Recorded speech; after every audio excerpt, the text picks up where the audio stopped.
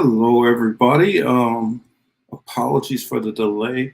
Trying to get things set up still, and gonna be a little. Chris got held up, so we will be without Chris for the first part of the show. But I think I can handle it.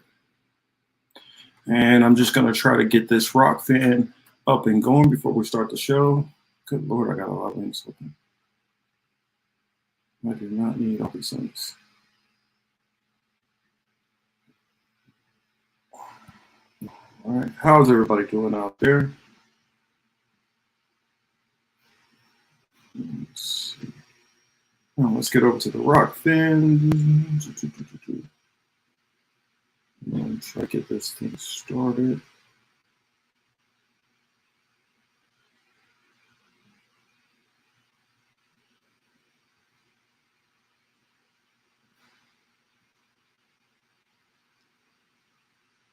I put image up. Guess I'll have to go back and fix that. There we go. Nobody else is okay. I see Gregory Walker on the Rockland side. Sorry, Gregory, for the delay. And I see Jira is out there. I see Baba out there. And I see Uncle Warren is out there. Ooh. Oh, you like it? Like it, Warren? Trying something a little bit different. So I guess without further ado, let's start the show. You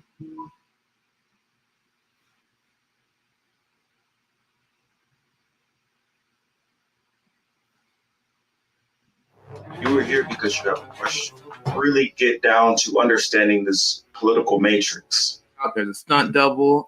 He walked out. He's got an oximeter on his back. I'm like, you gotta keep other. Marcus said on his other show. He was like, American politics is simply pro wrestling. You became afraid of everyone because people were reporting on each other. We're living out Minority Report too as well. And you know why we know that, boss? Because we've been reporting on it. Yeah, I know. All the black people in this country be willing to take a reservation. That's what the Nation of Islam was asking for. Put a couple of clips together.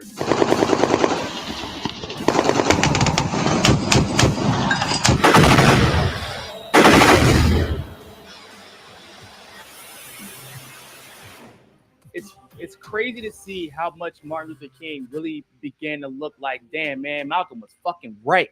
I mean, what is the elite's end game? There's this assumption that as a black commentator or black journalist that you're not informed. Relationships.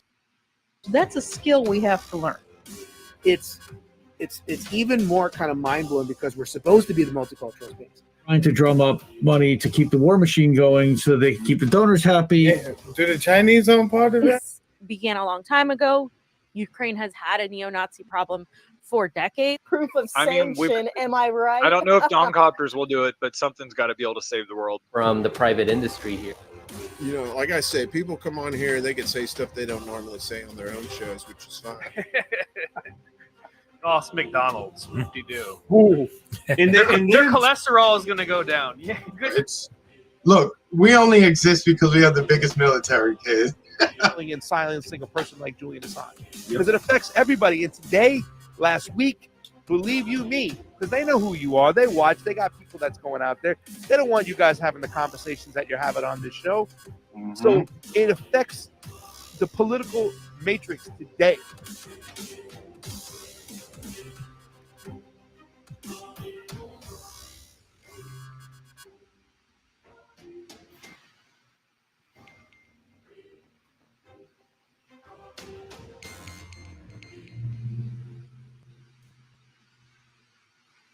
Hello, and welcome to the Political Matrix. I probably should put that camera down a little bit.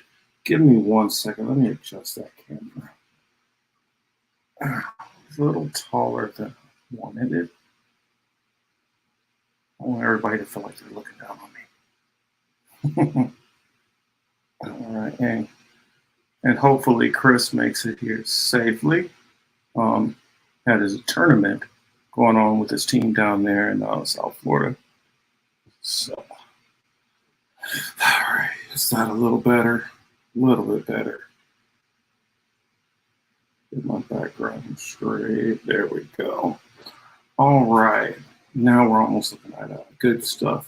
So today's topic that we're going to go, or tonight's topic that we'll be going into, we're going to talk about the rash of gun violence that's been going on, and we're going to talk about Elon Musk on Tucker. Now, of course, there's more that we're going to go into, but I don't want to put everything into the title because it's sometimes better to not put certain things in the title because that can actually hold you back from the amount of views that you have coming in. Because if you put certain things in there, it can bias the search against you. So sometimes it's better to not put certain things in the title at all and just bring those topics up. So I first figured, give Chris a little bit of time instead of hopping straight into the main stories. I got a little bit of a news rundown. I figured that we can go through some different stories that I've been noticing. Don't know if everybody's been catching them, but figured that I would bring these topics up. I don't know, I might have to use my phone if this signal keeps acting as crazy as it's acting. But yeah, I guess I'll just pull them up on my phone because this is not really wanting to cooperate with me. Got a little bit of a delay. Yeah, all right. Yeah, I'll just pull them up from my phone. Good thing to have it in multiple places. And so one of the first stories that I wanted to bring up, a story from Yahoo News. It says, gone in seconds, rising text messaging scams are draining U.S. bank accounts. So if you guys are getting these different text messages, be very careful. There has been a lot of scamming going on, and there's been a lot of people whose accounts have been getting drained behind that. So definitely be careful. Should open it up with that. Interesting news. JP Morgan bankers met with Epstein after his accounts were closed. So I don't know who's probably has their ear on the ground to that story, but if you guys have any more information, something that's outside of what the mainstream media has been reporting, please send that information to me. It's not very often that I see Kansas trending. And being I grew up there, and the best place I call home.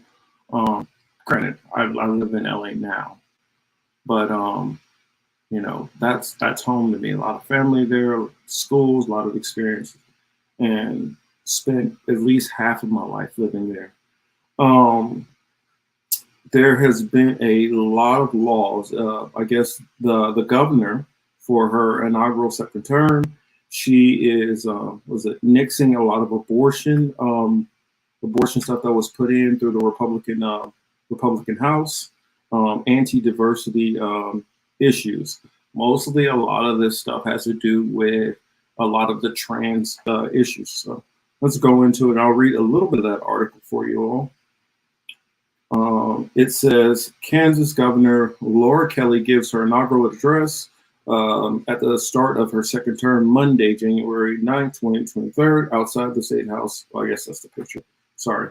Let me skip down. The governor has the power to excise individual budget claims used to eliminate $2 million in state tax dollars for anti-abortion centers, providing free counseling in pregnancies and parenting services.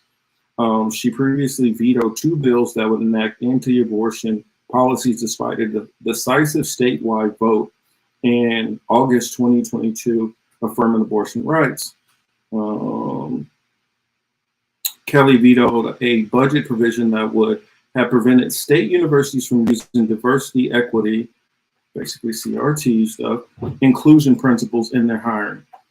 She nixed another provision barring the state board that licensed mental health provisions for requiring them or giving them incentives to undergo training involving diversity or anti-racism theories. The governor has also, and here's the part which most conservatives You've seen a lot of this, I'm sure, on TikTok, that stuff going back and forth, and this is why it's mainly trending this part down here. The governor has vetoed 5 bills rolling back transgender rights, including a sweeping bathroom bill and a measure that would have ended gender-affirming care for minors. GOP lawmakers are expected to try to override most, if not all, of Kelly's vetoes on hot-button issues when they reconvene next week to wrap up their business for the year. Governor Kelly had 2 choices to honor her campaign pledge to govern from the middle or to move Kansas sharply towards the left. Senate President Ty Masterson, a Wichita area Republican, said after several vetoes earlier this week, the governor has clearly chosen the latter in his opinion. So it's a lot of crazy culture war stuff going on in that state. I don't know how everybody necessarily feels about some of that stuff. It's kind of complex because you have some of these people who have already partially transitioned. So with these people who have already partially transitioned, say it might be a female to a male, and they might have facial hair, might have already gotten, a double mastectomy. And so they might possibly look more like a male, but still have female, the rest of their parts, you guys know what I mean, the bits are still feminine. Well, according to that bill, that person who would look more like a male on the outside, who identifies as a male, would have to go into a female restroom. Cue the upset conservatives who are, let me see if I can find that, because I wanted to show you guys that, it's a thread that I've seen, and it's a lot of conservatives really ticked off about this, and it's kind of a little mixed up and twisted around, because now you're going to have people who, you say you don't want a male going into the female's restroom, but you're going to have people where you're not going to be able to necessarily distinguish if it is a male going into the female restroom who still has female parts, or vice versa. So I mean, it's interesting. Here, let me on the screen. Let me get this ready and show you guys what we have.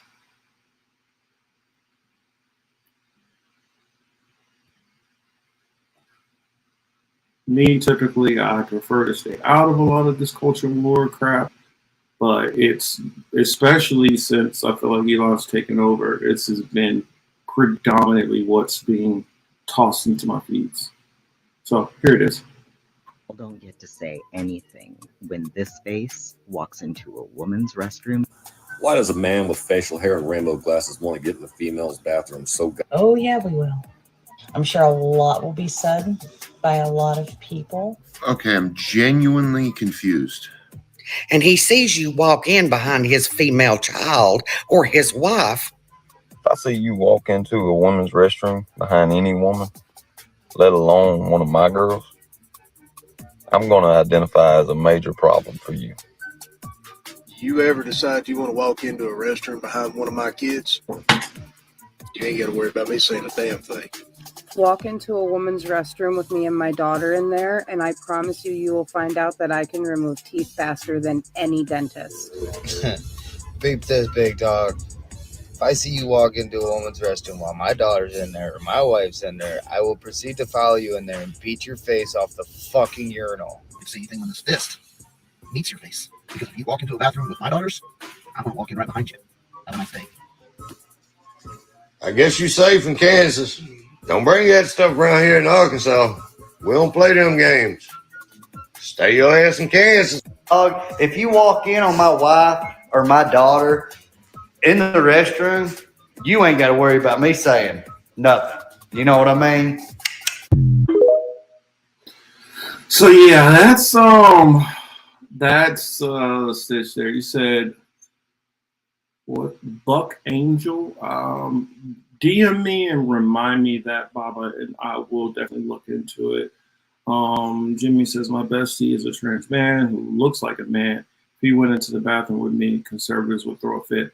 Actually, if it was, the stuff they're saying, not just throw a fit in the state. I mean, maybe conservatives in Colorado are just toxic. I mean, or in California, maybe New York will talk some trash, but I got the feeling that this could cause some real problems. Where I grew up, the conservatives are not just going to talk.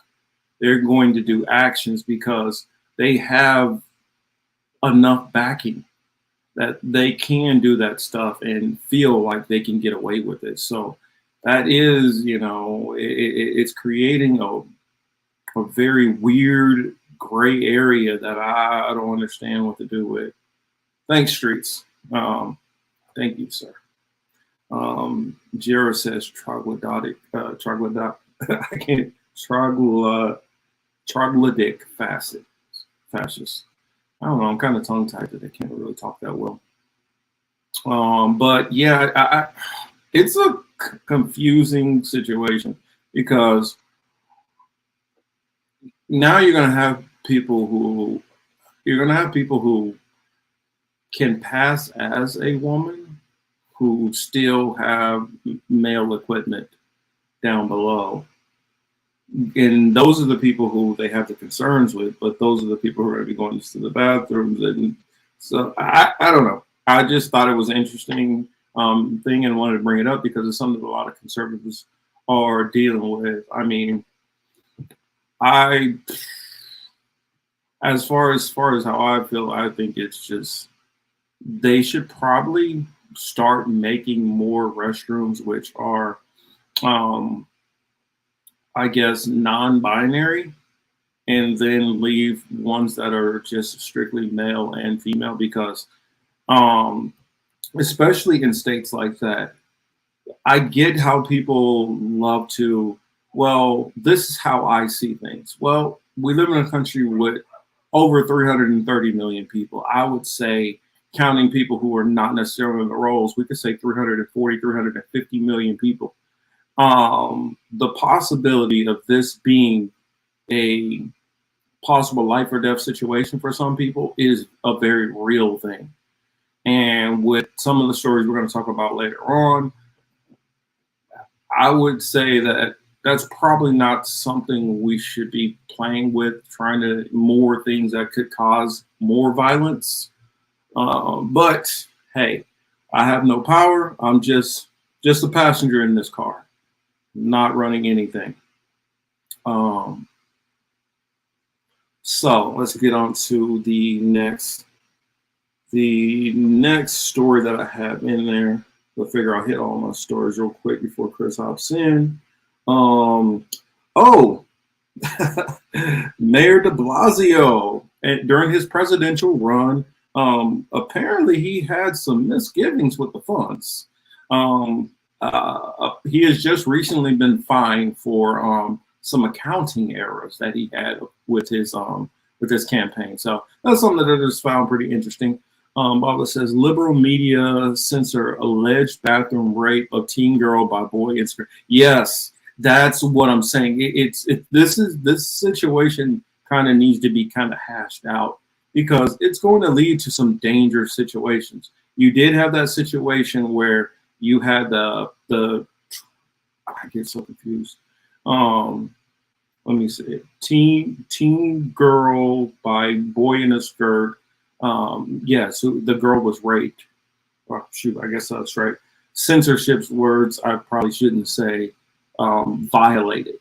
The girl was sexually violated. And the school board just tried to kind of shove it under the rug. And this kid was allowed to, I guess, transfer to another school, and there was possible another incident happen right after that. Then you have like some of the cases in the prisons where women are getting pregnant.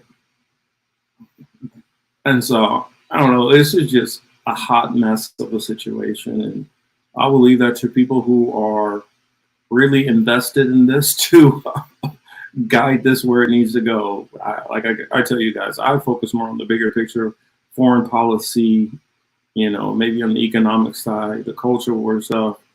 And I mean, I can't say all culture war stuff. Race stuff, I have unfortunately, I'm stuck in it, no matter if I want to be or not. And so we do have a lot of stories that we're going to get into dealing with race issues. If you guys hadn't seen, I did a TikTok the other day.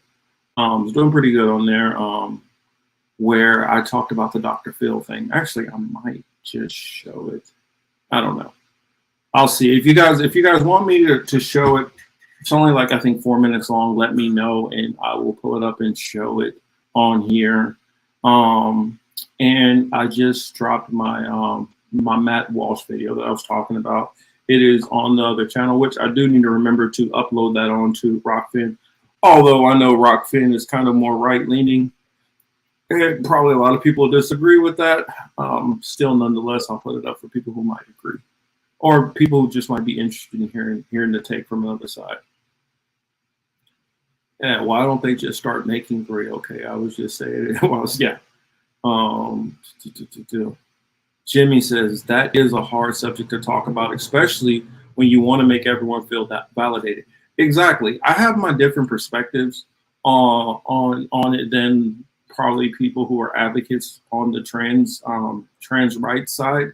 But that doesn't mean that I hate anybody from that community or wish harm on them or even have a negative vibe or feeling towards them. I don't have any kind of, feeling in particular for them. I just have a difference of opinion. I do believe that there are 2 sexes, men and women.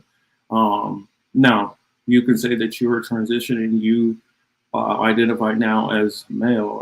I guess it's more the people who say non-binary and the they them. I'm like, they them is multiple people. You're not multiple people. I'm not going to play that game with you. If you identify as a woman, okay, cool. That's what you want to be called, cool. You identify as a man, cool. But no, I'm a they them X Z's. No, not playing all that game. We're not going to keep just making up shit and everybody got to follow along to the game. Not doing it. Oh yeah, Uma, make sure if you put it in the Rockfin chat, I can get it and translate it. I can't do that on the YouTube side, so I'm not able to translate it. Apologies. Baba says trans identity, in my opinion, is a different animal than a true transsexual. Okay. Look, Angel is scorned by the gender fluid trans because he sees what's happening. Okay, yeah. Make sure you send that to me because I definitely will interview him and want to talk to him. Sure, he says I'm not homophobic, but we got to have some more. You said it right there. Put that on the screen. Not homophobic, but we got to have some moral rules. And some of the stuff that something Chris sent me earlier in the week, I can't even show it. I was supposed to edit it out because I don't want to be accused of putting child P on the screen.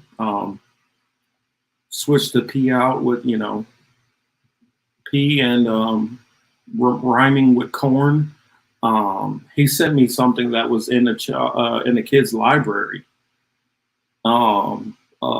Same-sex sexual activities in illustrations, and I'm like, whoa, that is. I'm like, there's not even heterosexual stuff like that in schools. There should be no period. I mean, gender, trying to figure out genders and growing up in puberty is one thing.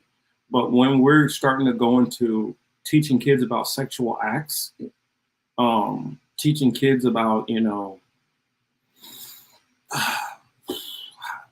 trying to figure out the words that don't get me censored, mouth sex, we should not have drawings of same-sex mouth sex in kids' schools.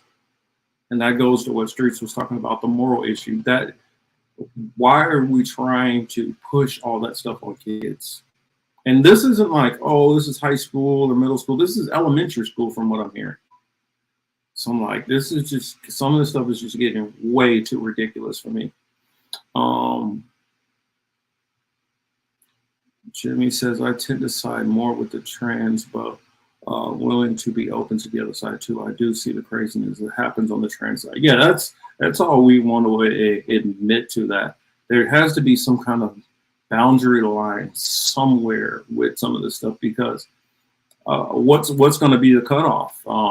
Is every binary, I mean, every kind of trans thing going to be okay, and then you're going to what? So people who decide that they want to have relations with underage people, are we going to say, well, that's okay too? I mean, where are these lines going to start being drawn at? What about people who say, well, I identify as an animal, which that is a thing. People call themselves Furbies. People who identify as animals feeling like they can have relations with animals. Are we going to say that's okay too? I mean, I'm just trying to figure, how do we start drawing some lines here on what's okay and what's not okay? Because it just seems things are getting, at a certain point, it's going to be like, no, just everything is perfectly fine. Which, please, somebody remind me. In fact, put it in the chat and I'll start. Remind me to bring up the stuff about the UN. Oh, wait a minute. Thank you. You already did it.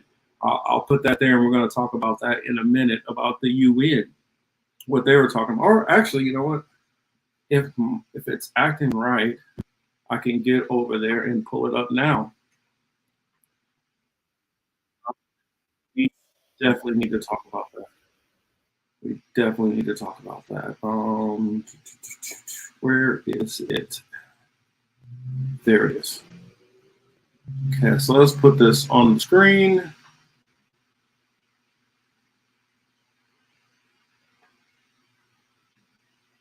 Let's put this on the screen here. Legal. All right. This was announced on Women's Day. I guess this one kind of slipped under the radar for a lot of people, but I'm glad the channels which have come across it have brought this to our attentions. It definitely needed to be. I think I saw this on Redacted, so I want to definitely give them the credit for that.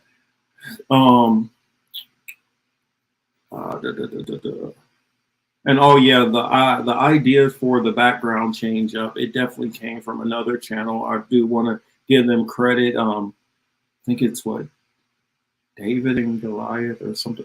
I'll remember so I can give them proper credit. But I did get some inspiration from seeing their channel. Pretty cool things they had going on there. But let's scroll down. What was it at? It wasn't here. I could have swore I had to like open a link to go to it. Oh, wait a minute, there it is. Actually, yeah, I can just start about here, I guess. The principles developed over 5 years are based on feedback and reviews from a range of experts and stakeholders. Interesting. They were finalized in 2022. Initially, the principles focused on the impact of criminal laws prescribing sexual and reproductive health and rights, consensual sexual activity, gender identity, gender expression, HIV non-disclosure, exposure and transmission, drug use, and the possession of drugs for personal use. Later, based on the inputs of civil society and other stakeholders, criminalization linked to homelessness and poverty were also included. Continued overuse of criminal law by governments, and in some cases, arbitrary and discriminatory criminal laws have been led to a number of human rights violations. They also perpetuate stigma, harmful gender stereotypes, and discrimination based on such grounds as gender or sexual orientation. In 2023, 20 countries criminalize or otherwise prosecute transgender people. 67 countries still criminalize same-sex sexual activities. 115 reporting criminalizing drug use, for more than 130 criminalized HIV exposure, non-disclosure, and transmission, and over 150 countries criminalize some aspect of sex work. And so, and it's kind of interesting, you know, you've been having a lot of these first world countries trying to go into, especially Africa in particular, and try to tell them that they need to start changing their different laws that they have as far as like same sex and transgenderism and all that stuff. So it's kind of interesting that this was part of the report because it all ties into all the stuff that we've been seeing like basically everywhere. In the world of HIV, the abuse and misuse of criminal law not only affects the right to health, but a multitude of rights, including to be free from discrimination, to housing, security of person, movement, family, privacy, and bodily autonomy, which those things are already not an issue. It seems like the issue is they want to make sure to be able to disclose if you have HIV, because I do know, for instance, in certain states, it is illegal for you to not disclose that you have HIV before having sexual activity with somebody. So, and in extreme cases, the very right to life. In countries where sex work is criminalized, for example, sex workers are 7 times more likely to be living with HIV than where it is partially legalized. What? Okay, whatever. To be criminalized can also mean being deprived of protection of the law and of the law enforcement, and yet criminalized communities, particularly women, are often more likely to need very protection they're denied.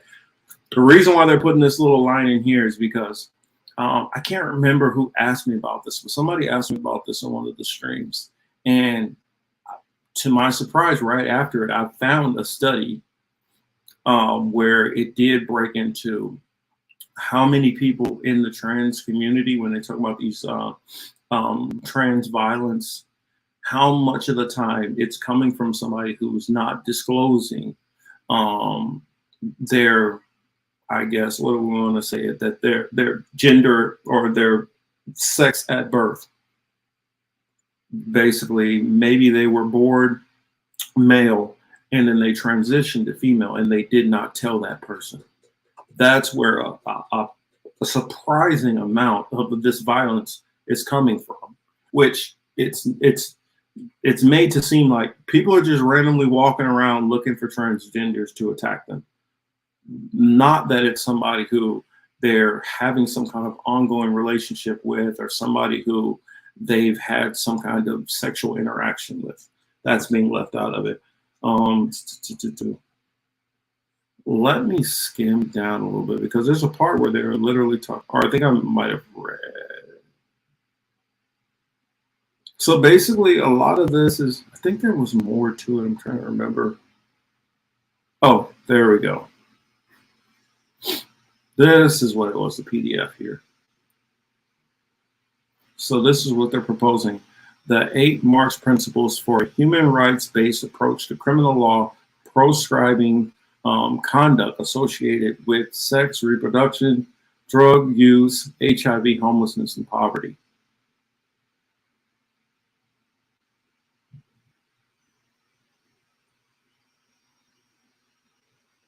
Come on.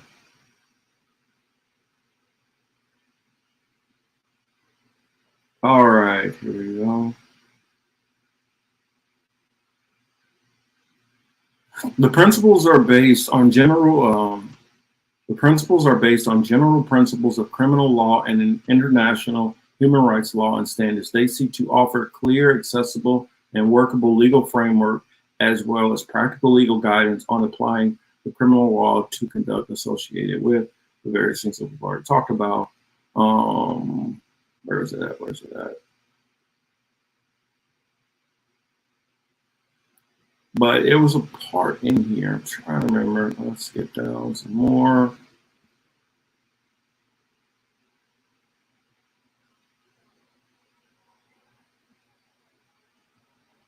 I'm trying to remember where it was. I read this a couple of days ago, so I'm a little bit off. If anybody remembers or read it, there's a certain part in here where it gets down. Oh, wait a minute. Oh, crap. It's not showing that. Let me drop this down so you guys can see the other screen that it is popped up onto. Here we go.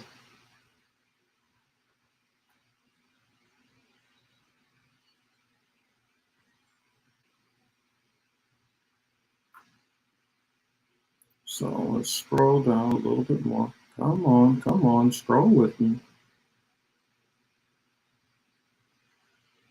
Oh, not that. I think that's the part I wanted to read. Okay, I guess we'll start here. The principles are additionally intended to address the detrimental impact of criminalization of the content. So they're saying it's a problem with criminalization of these particular things: sexual and reproductive health and rights, including abortion, consensual sexual activities, including in such cases of sex outside of marriage, same-sex relations, adolescent sexual activity, and sex work. That was the part that I was looking for. Gender identity and gender expressions of HIV, non-disclosure, exposure of transmission, drug use, and possession of drugs for personal use, and homelessness and poverty. So let's, I'm just going to read the whole paragraph. Try to read it fast. The principles are additionally intended to address a detrimental impact of the criminalization of this conduct on health. Notice one of those they said in there has to do, I get it, you guys might be perfectly fine with sexual reproductive stuff, abortion, perfectly fine, consensual, okay, cool. But the two things which stick out to me really big when they say adolescent sexual activity and sex work. So why is adolescent even involved in any of this? And then the whole HIV non-disclosure. That seems like that would lead to higher HIV rates if you have people not having to disclose if they have HIV. And what is this deal? What is this deal about adolescents? Are they trying to say that it should be legalized for adolescents to engage in sexual activity? And where are the lines to this? Is this just between adolescents? I get it. Most of us probably, lost our virginity under the age of 18. I get that. But are they talking about somebody who is above the age of 18? Let's say somebody well above that age. Let's say somebody 40, 50, engaging in activity with somebody who's an adolescent. I'm wondering because they're not clarifying here. And I read further and further into this and it did not clarify. These principles also may assist in considering more broadly the question of which other conduct should not be criminalized, or whether the content and scope of the given criminal law provisions are consistent with general principles of criminal law and additional human rights law and standards. In particular, general parts 1 and 2 may assist in considering the compliance of other criminal offenses, including overbroad criminal provisions used to target conduct addressing these principles, with general principles of criminal law and international human rights law and standards, such as, for example, those proscribing apostasy, blasphemy, truancy, defamation, libel, propaganda, public nuance, loitering, vagrancy, immorality, public indecency, same-sex marriage, the promotion of homosexuality, obscenity, and sexual speech, certain kinds of pornography, non-exploitative surrogacy, certain harmful practices, migration-related infractions, the provision of humanitarian assistance, acts of solidarity, and certain types of civil disobedience. So, I definitely advise everybody to check this thing out in full. There's a lot that was thrown in there that I'm like, what? Wait a minute. What is going on there? See, Atris in the building. What's up, Atris? Hey, here goes. Yeah, there's a lot that's going on here. Now, granted, this is what the UN is proposing. It does not mean that it is going to be put into any kind of effect, but it doesn't mean that you won't see some of this stuff come into an effect, and it doesn't mean that it won't be the possibility that all of these things could come into an effect. That's just some of the things which are being talked about. Let's see what. That says there. Let's see. Give me a sec, and I will I gotta translate this real quick.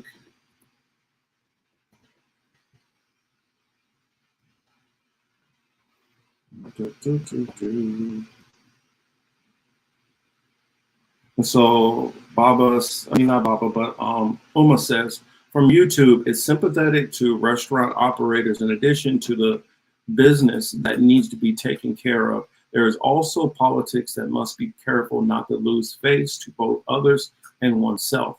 It seems that people nowadays have a hard time eating out of the house too. Yeah. I mean, it's a lot going on, and I think a lot of people need to be careful with what's going on in this new crazy world. Let's see. Back to my little news rundown.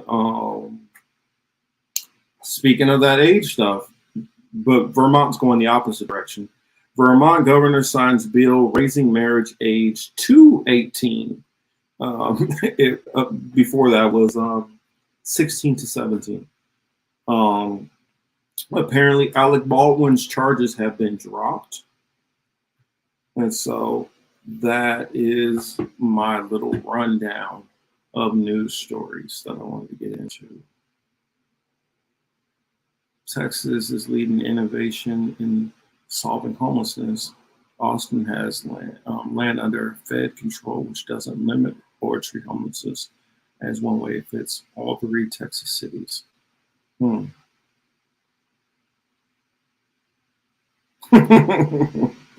Yeah, the homelessness here in LA is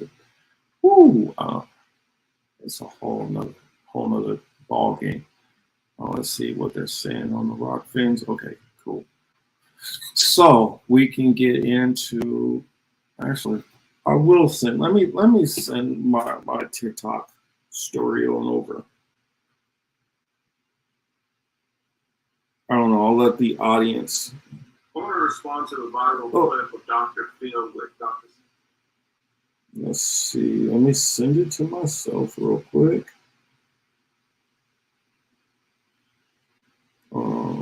How do I do that thing? See, copy.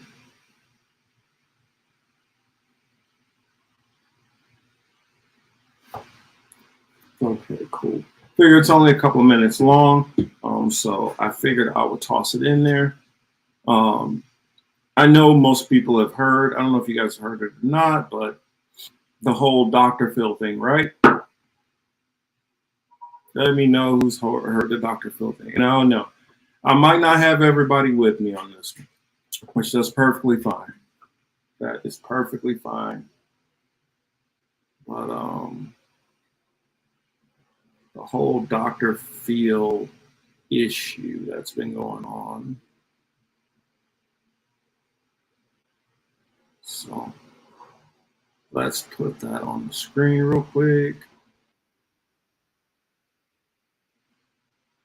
Yeah, and so I responded to this the other day.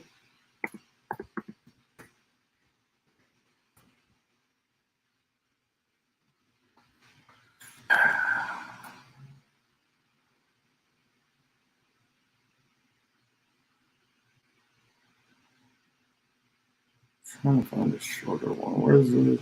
Just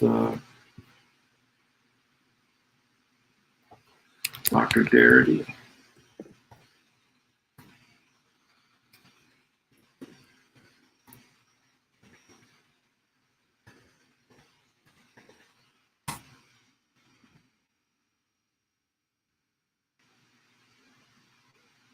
Is the only one. I guess I could just paraphrase it. I'm not seeing a short clip that goes into it.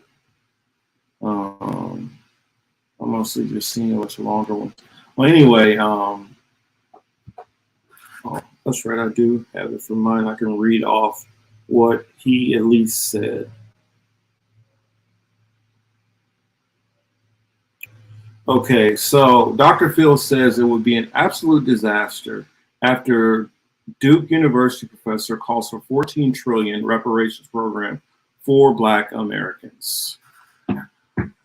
I noticed that it seems like, I don't know if Marianne Williamson, once she started at least mentioning it, that it has sparked a rage in the conservatives.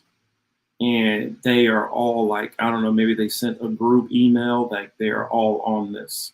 I've seen the Daily Wire. I don't know if you guys saw that. I did a response to Matt Walsh last week. And then I see the Dr. Phil one now. And then I've just been seeing more and more and more. Where's Chris? Chris got stuck in Miami with his basketball team. So I don't know if he can make it, he'll make it, but if not, it'll just, you guys are just stuck with me for the night. So that's what he had to say, Dr. Phil, anyway. I guess I can at least put my other video in the chat, because I'm definitely not going to show the whole thing of that. It's a little over long. And I also have something in there that was, they hit me with a copyright, not a copyright strike, but the right infringement. Hit me with a copyright infringement for like, I think it's like 4 minutes, 4 minutes towards the end of it. Let me copy that, and I will put that in both sides, and putting it into the Rockfin side right now. And then I'm going to come back and let's put it over here. So yeah, if you guys want to catch that longer extended one, it's about, yeah, a little over an hour. That's that one there. But here's my response to the Dr. Phil one.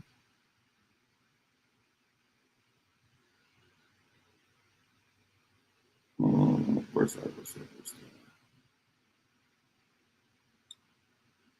No. Let's pull it up. No, that's not it.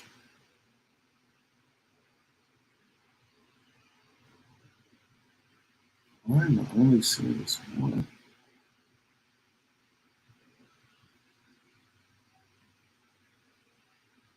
Oh, it's under the phone. Got it. There it is.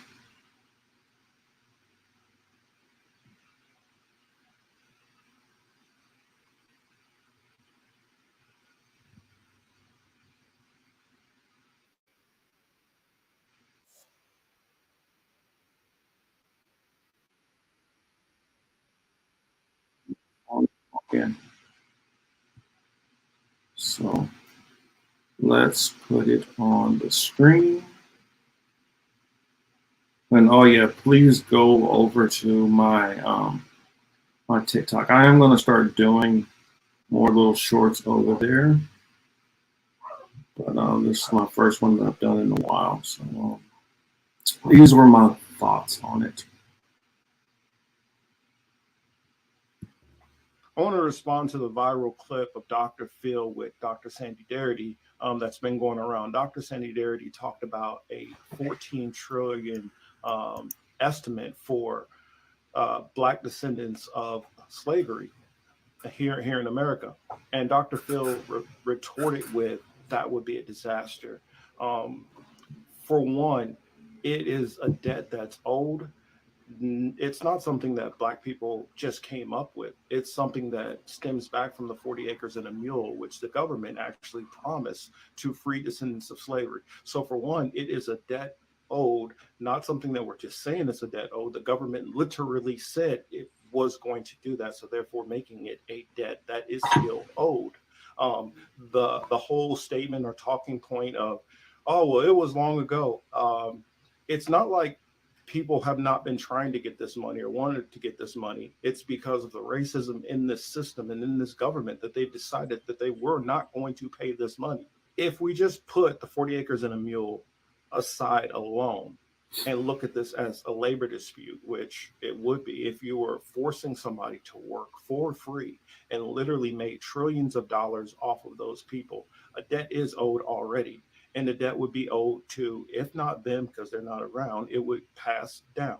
Just like anything, just like if you had an estate, your estate would pass down. Just like if you had a business would pass down through generations. For conservatives who talk about that, there's so much about business and free markets. I don't get how that's not a concept which they understand, especially when especially since a lot of them push against stuff like the estate tax. And whereas a lot of definitely millionaires and billionaires in this country have made their money from passed down and inherited wealth. When you've stricken away wealth from people from generation after generation, that affects them down the line, and it affects them still to this day. Not to mention places like Seneca Wallace and Seneca Village in New York, where that whole entire land was stolen. Places, settlements like that just recently happened, like Bruce Beach out here on the West Coast with was a 20 million settlement with the family, them giving the land to the family selling it back. I'll let you guys do the research and look into that. Places like Mississippi, where over 1 million farmers lost their land. There's a lot for you guys to look at on instances where land was stolen from descendants of slavery. And so not only was it slavery, not only was it with the land stealing, not only was it redlining and all kind of other things. For various reasons, reparations are owed. And the only reason why a lot of these people have such a pushback against it, because it's something that they would not be getting. If some people wanted to take the point of view that reparations should be paid out by the slave masters, then I'm perfectly fine with us digging out and trying to figure out the history of who was involved and who did what. Have no problem with that. And if that's a way which can get more people on board to reparations being paid out, perfectly fine and dandy. But one last thing that I would say, if the shoe was on the other foot, and we're saying that Black people were the ones who came over here and brought white people into slavery and became the hegemony of the whole entire world, you're telling me, you're literally trying to tell me that white people would just go silently into the night and would not want reparations for that. We all know that's nonsense. So just imagine that if it was you going through that, and let's keep it consistent. All right, so that was my take there on it. Hopefully, that's what I said. I don't know if people agree with me. They might not. I definitely got enough people pushing back on me in that video, but it is what it is. Now, do I think that reparations is going to happen? No. And if reparations did happen anytime soon, this is what I mean. I tell people, be careful with like a Marianne Williamson. If a Marianne Williamson's plan goes through, we're talking about like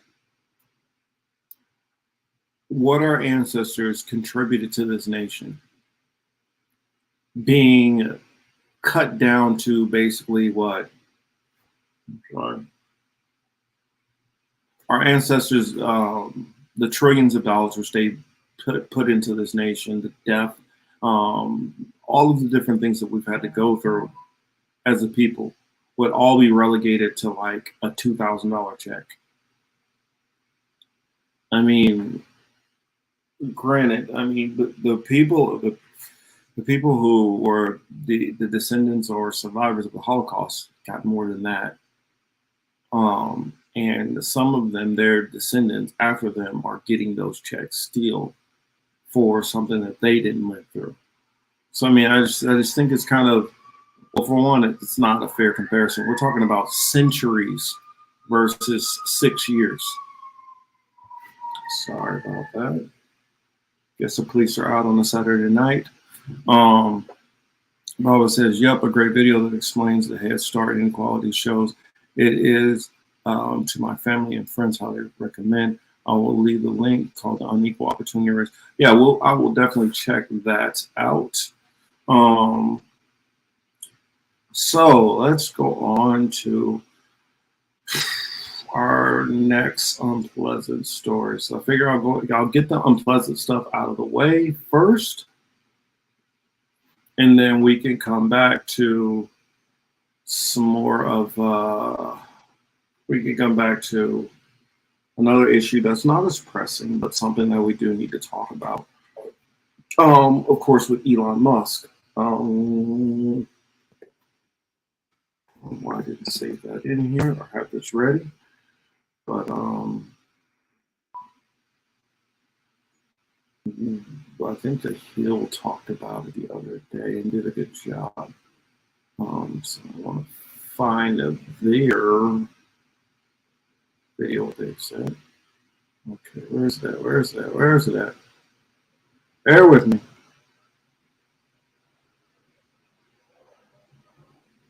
Yeah, we've had okay, not the 6-year-old. Wow, we've had a lot. So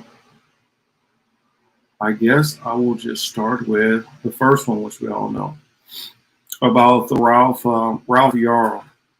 Hey, what's up, Cuzzo? This one hits close to home, and it's kind of weird, ironic. I'll have fam who's living in the area here to talk about this Ralph Yarl thing. I've heard some conservatives try to, and I was waiting. I was trying to figure out what's the pushback going to be. You can't go push back against the kid because he was kind of like a model teenager as far as the media has shown. So how do you go with him? Can't go with him. His siblings, younger siblings, can't really go with them. The mother, as it seems, has had everything on the up and up. Can't go with her either. So what do you do? Oh, hold on a second.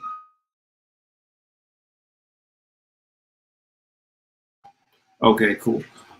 So you can't go really at the can't really go at any of them. So what happens? CNN brings on the grandson of the guy who did the shooting, and the grandson comes out saying, yes, his grandfather does have racist tendencies.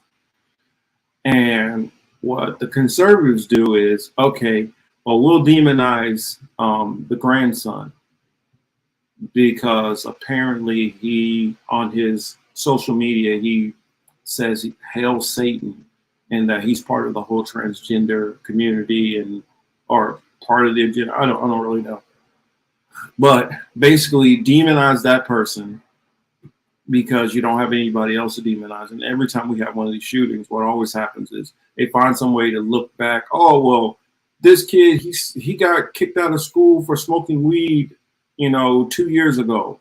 Or, his grades weren't that good or some kind of shit. They always find to blame on them. And yes, you're right. Yes, I did see the Marcel Dixon, how he pushed back on Marianne Williamson on the reparations.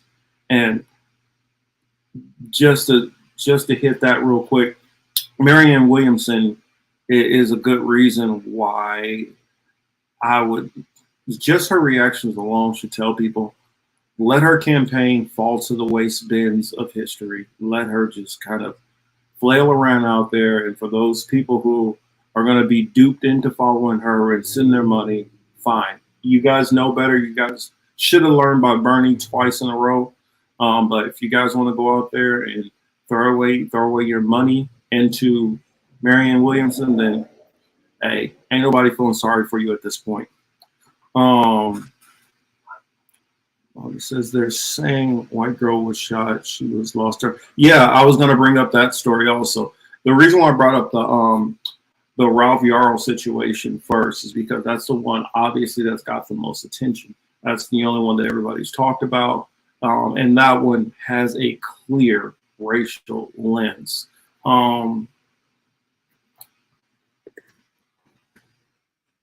The next one that I heard about right after that, this story, and I don't know if everybody's heard about it. Let's see. I'm gonna pull up the story. The next story.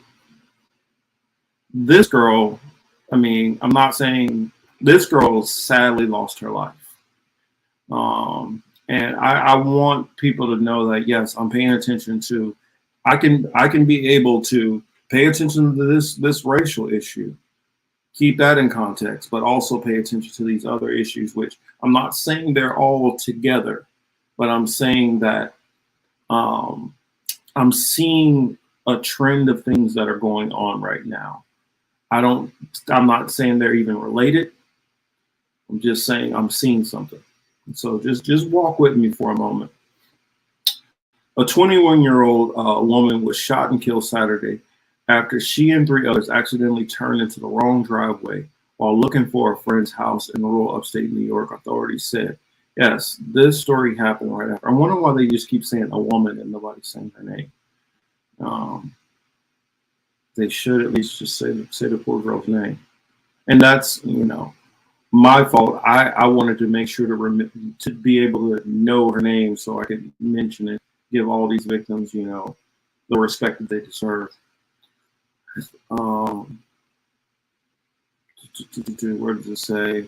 The woman, identified as Kaylin Gillis, was a passenger in the vehicle when a man, 65-year-old Kevin Moynihan, fired 2 shots from his front porch. Washington County Sheriff Jeffrey Murphy said in a news conference. So it's not like she got out, ran and knocked on his door. It was like no words even exchanged. This dude just came out like a fucking maniac and just start firing away. And I used to tell people all the time that this is what made me nervous about a lot of southern states, because they were so loose with their gun laws. Like in Texas, if you see a purple stake and you walk across that, you now walked into somebody's property, and say it can be 3 acres, huge area, and you might not even know that somebody lives there. And now they're entitled to be able to shoot you and get away with it legally. But this, these are the kind of stories which they're senseless. They don't make, they're senseless, but I notice that they're happening more and more frequently. You had, right after that, you had the next situation.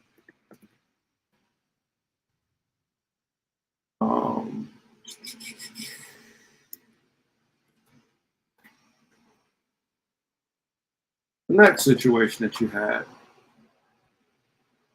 Let me put this one on the screen.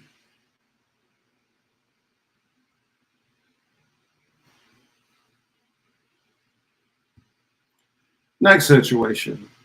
The more seriously wounded of the 2 cheerleaders shot in Texas parking lot is recovering from surgery, team officials say. Now, this one, and here's the story for those who did not catch it. The most seriously injured of 2 teenage cheerleaders shot in a Texas parking lot this weekend. An incident in which one said she opened the wrong vehicle door, is recovering from surgery as her team prepares to compete in a world championship without her, an official with the cheer company said. And the reason why, and I know some people are, well, she should have made sure she grabbed the right door. In this day of Uber and Lyft, it is so easy to do that. I've had somebody grab my door and about to hop into the car.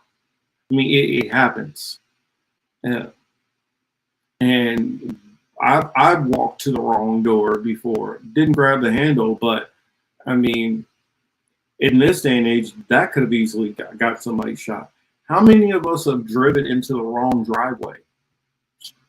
Or, whether it was, oh, this is the wrong address, or you were just turned into the driveway to turn around. This is getting crazy. Yeah.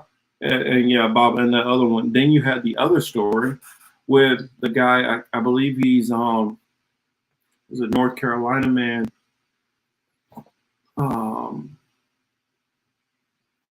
In his case, it was even wilder.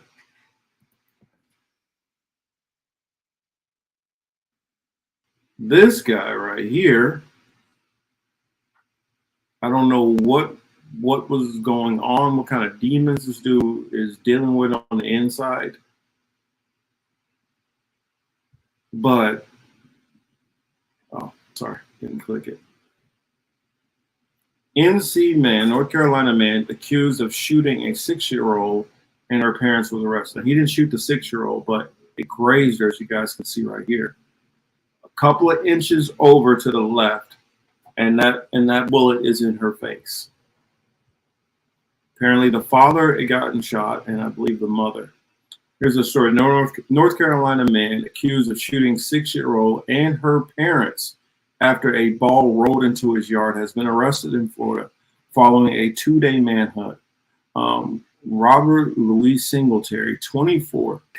You're only 24 years old and you just basically ruined your life. Turned himself into the Hillsborough County Sheriff's Office in Tampa, some 600 miles away from the shooting on Thursday afternoon.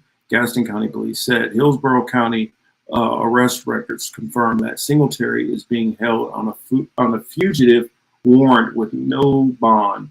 I wonder if it talks about his other charges.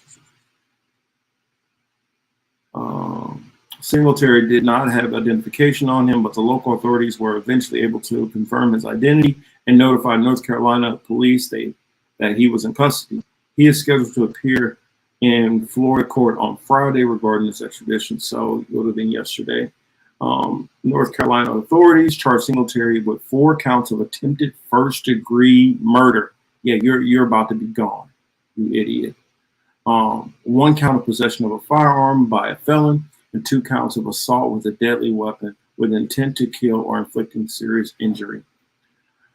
I don't know if they said it in this story also. I'm pretty sure they'd have to have it. But before this, I believe, oh, there it is. In December 2022, he was charged with assaulting his girlfriend with a mini sledgehammer and making her clean up the evidence before she could leave. We're dealing with somebody who is an absolute idiot and obviously has some serious rage issues. Oh yeah, and to add on to that, a couple other stories that I have. Actually, I'll pull it up on here. That's not it. You had a, where's it at? Indiana woman charged with federal hate crime in a bus attack. Apparently, let me just read the story for y'all. When I read this, I was like, what? I'm like, there's something going on out here, and if you guys can't see it, I don't know what to tell you, but and if somebody says, oh, well, maybe they're just covering it more. There is a degree to that. That's very well possible. But as far as some people who do keep statistics on these things, they say that, yes, this is definitely up.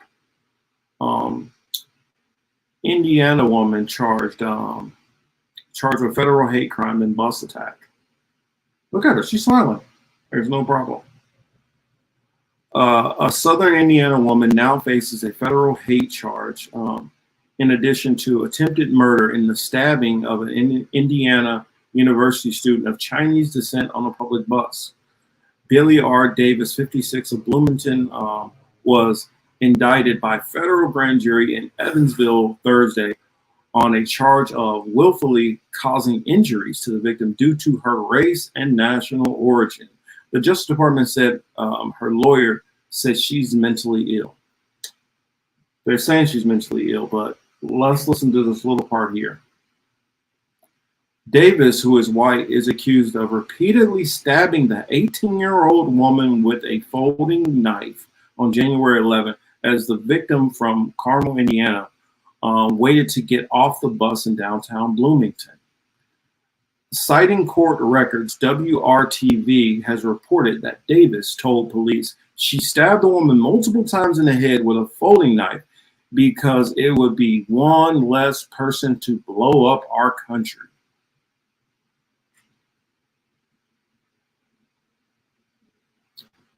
This is what's going on here. I don't know if it's the movies. Well, if people are going from a secular lens, it could be movies. But I do know, my faith and belief, it says in the last days, the love of many will wax cold. And so it talked about in the end times, people are going to have less and less basic care for each other. Mercy, compassion, in which we're seeing that on many different fronts, but we're seeing it escalate into the level of violence. That's not all. I got another story that I wanted to bring up. Was that the last one? I thought I had one more in here. I thought I had one more. Oh, yeah. One more story for you.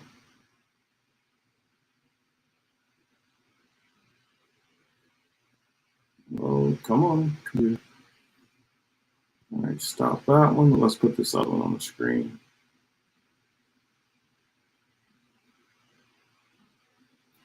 All right. Rural Maine town shaken by violence. Remember slain friends.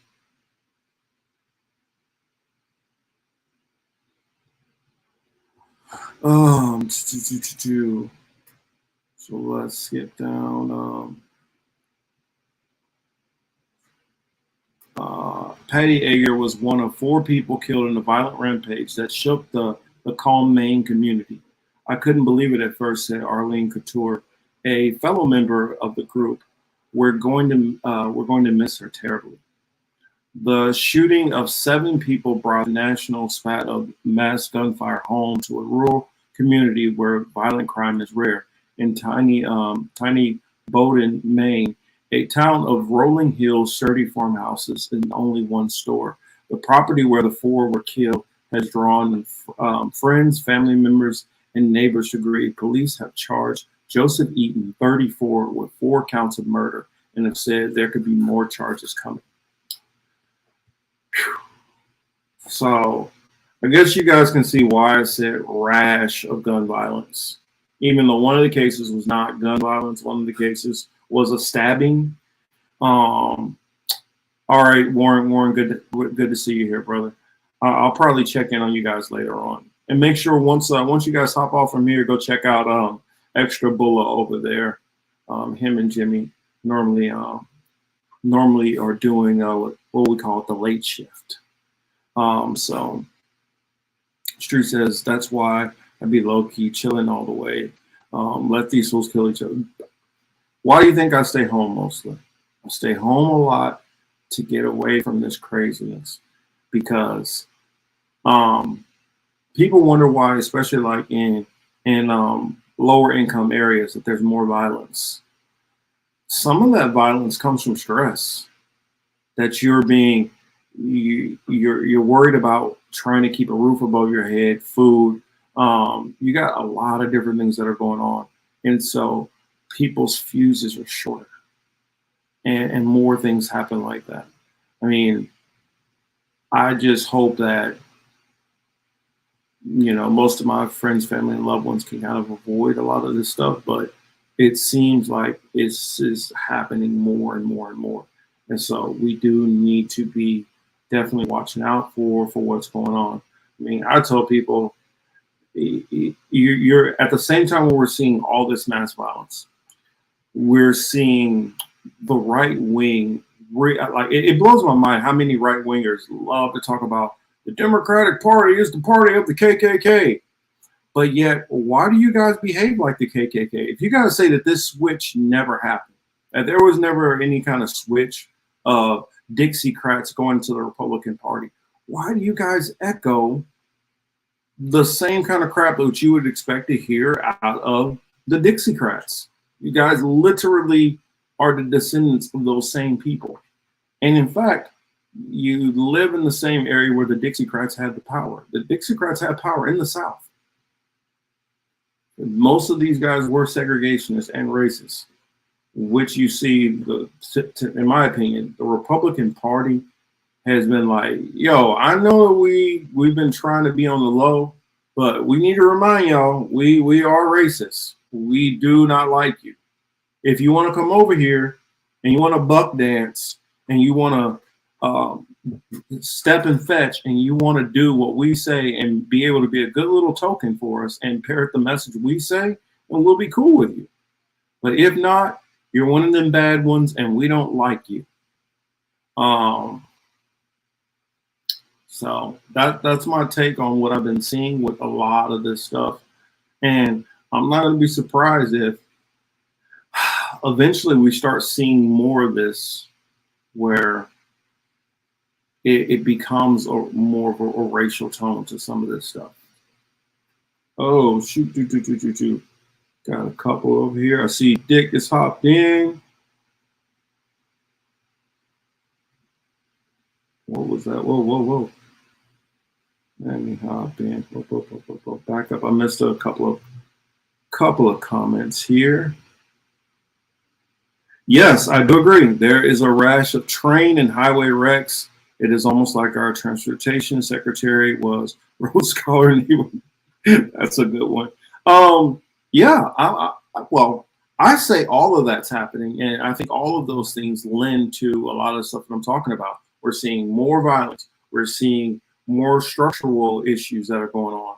Whether you guys believe that the tornadoes and the natural disasters are not natural disasters, we're seeing all of it happening.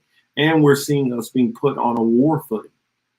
All of these things are all happening at the same time. Now, you can believe that it's orchestrated by the powers that be and they're pushing this. I wouldn't necessarily disagree with that. I would just say that there's something that's pushing them that I feel a lot of people are not factoring in.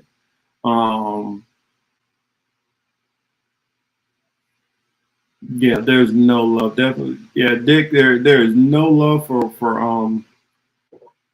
Mayor Pete or Mayo Pete over here. It says, I love Marianne because I love Oprah.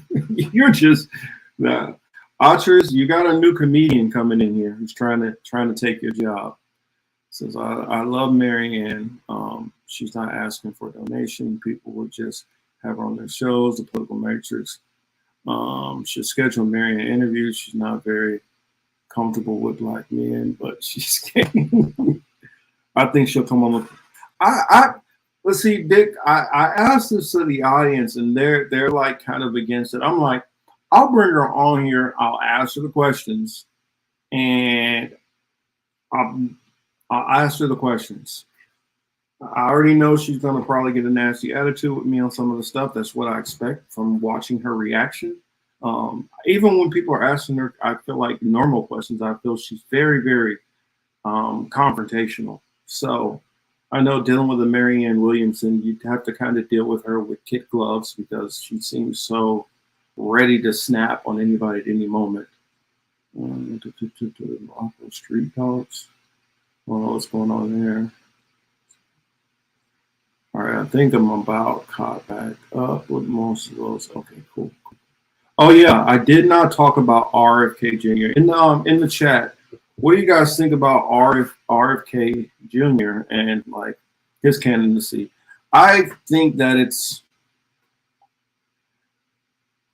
I like what he's trying to do, but I just think that this political system already has it designed on who they want to see and how they want to see it. Chris is held up, so don't know if he will be in or not.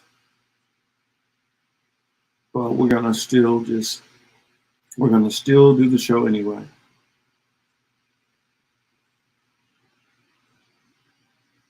And hello, JC. I'm not sure who JC is, but I like RFK, but Democrat. Well, see, that's the thing. And I tell people this. This is why you see that there's a problem either way you go. If he went Republican, he would have no chance. He's not going to beat Trump. He wouldn't even beat DeSantis if Trump's not in it, because he doesn't have enough of a. He's not racist enough. Let's just call it how it is. Even if not all the Republicans or not all the people who would vote for a Republican are racist, it's kind of like getting the black vote. Even if it's only like 10% or 15% of the population over there, they make the difference on if you win or not on the Republican side. So you gotta have that. You gotta have that swing of that hard right who missed the days of the 1950s. You gotta have that. And so it can't win without that. They also can't win without, and I'm not sure if he's so-called pro-life or pro-choice or whatever. And so that could be a wrinkle for him there. Also, the moment he runs as a Republican, any of the so-called, people who might lean to the left who are not in the Democratic Party are not going to touch him, even if he has a lot of things which line up with what they say, just because he'd be part of the Republican Party. Then, Democratic Party, it's a hot mess for him to be there because he doesn't really fit there either. But if he tried to run independent or third party, he would get nowhere there either. He's not getting on the debate stage. All media access is going to be basically scrubbed. And then just the ability of being able to get himself on every poll. I mean, not every poll, but all the ballots.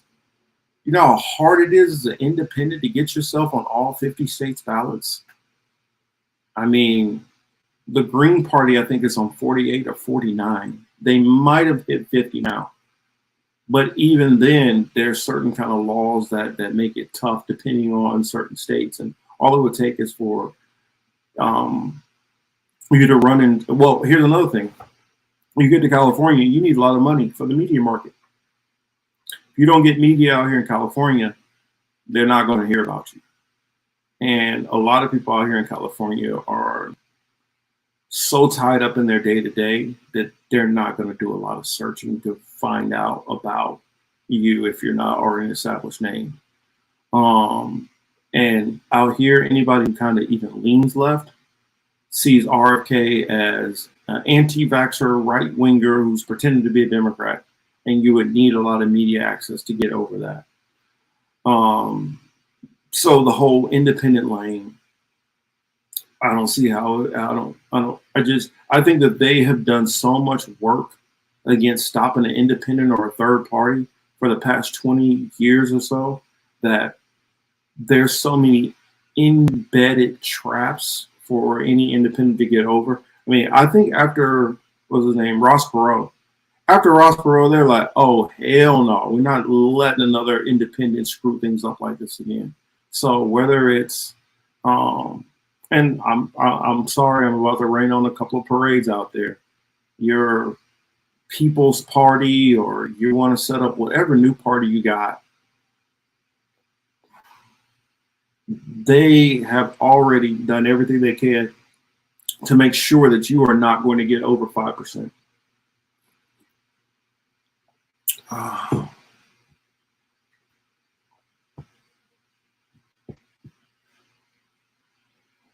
You might be right. They might vote for him behind the curtains. True. Vote blue, no matter who. Strategy is finally paying off. I hate to say it, but man, they have worked a lot to engineer this, to streamline it down to there's not much wiggle room. Oxford is where I'm talking about.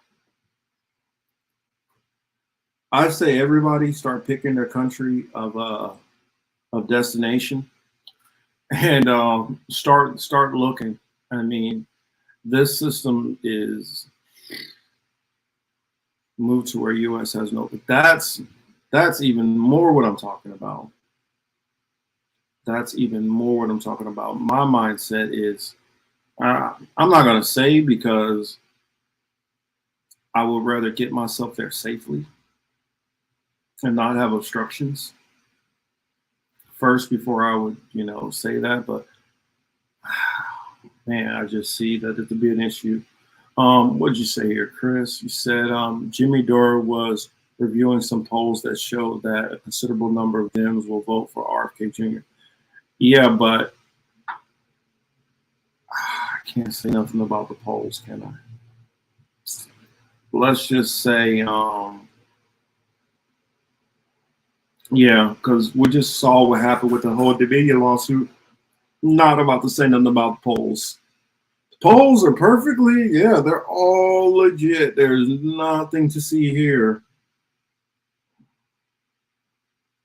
Well, yeah, that's what I'm saying. At a certain point, people, if Mexico has been a possibility for people on moving to it, I would say move there sooner than later, or they will be like, no. You're an American. Nope, you can't come in here. I could definitely see that because that happened with I remember what movie was that it happened where they were like, yeah, no Americans can come in here.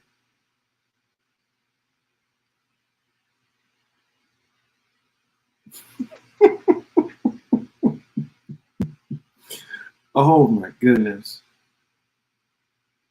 I'm sorry. Dick says I'm voting for Bobby Jr. Just so he pardons Sirhan. That would be. I'm wondering why we don't have any more interviews with Sirhan because I remember him talking a lot of conspiracy stuff that it's everything's not as it seems, and it's reminding me back to a lot of Oswald when he was saying I am just a patsy. There's a lot of stuff I think we need to look into. There's a lot we need. Oh yeah. I like that. I think I'm gonna start using that also. The cabal. I'm gonna start using that term cabal because then it's a little bit vague on who exactly I'm talking about. If Bobby has here's the thing. How a lot of that primary stuff works, he won't even by the time California rolls around, like he won't even California would be so late that it wouldn't even be a factor for me. So Cabal started by killing his uncle, his father, Reverend King, Malcolm X. I would say I would keep going and say most of the leaders that you've seen, civil rights leaders, and not only civil rights, I'll just say just leaders in general who have tried to push for anything in the U.S. And I even have to add in, even though this guy is a complete piece of crap, the cabal tried to kill Andrew Jackson also.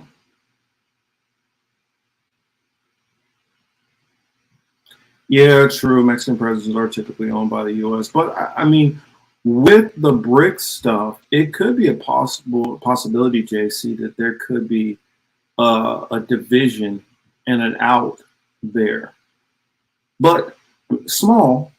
Just throwing that out there as a possibility. Yeah, I would say go further. There's a possibility to go to Guatemala, Salvador, Costa Rica. Just go deeper, unless you got ties down in like the Cali cartel or something, Mexicali, Juarez cartel can kind of bring you in. But I would say even so-called gringo who go down to Mexico, if things start getting bad, it might not be safe. It might be better to, I wouldn't even say Canada. I don't know, somewhere in the Caribbean. That might be a better bet. Somewhere in the Caribbean, because the people in the Caribbean are not going to come after you like that. Yep, Medgar Evers, which that reminds me of the Paul Robeson thing, his mural that got painted over. I was wondering, anybody seen any news on that, if they caught that little shit yet? Portugal's not a bad spot to go to either. I think that's where Redacted is based out of. Spain's not a bad spot to go to.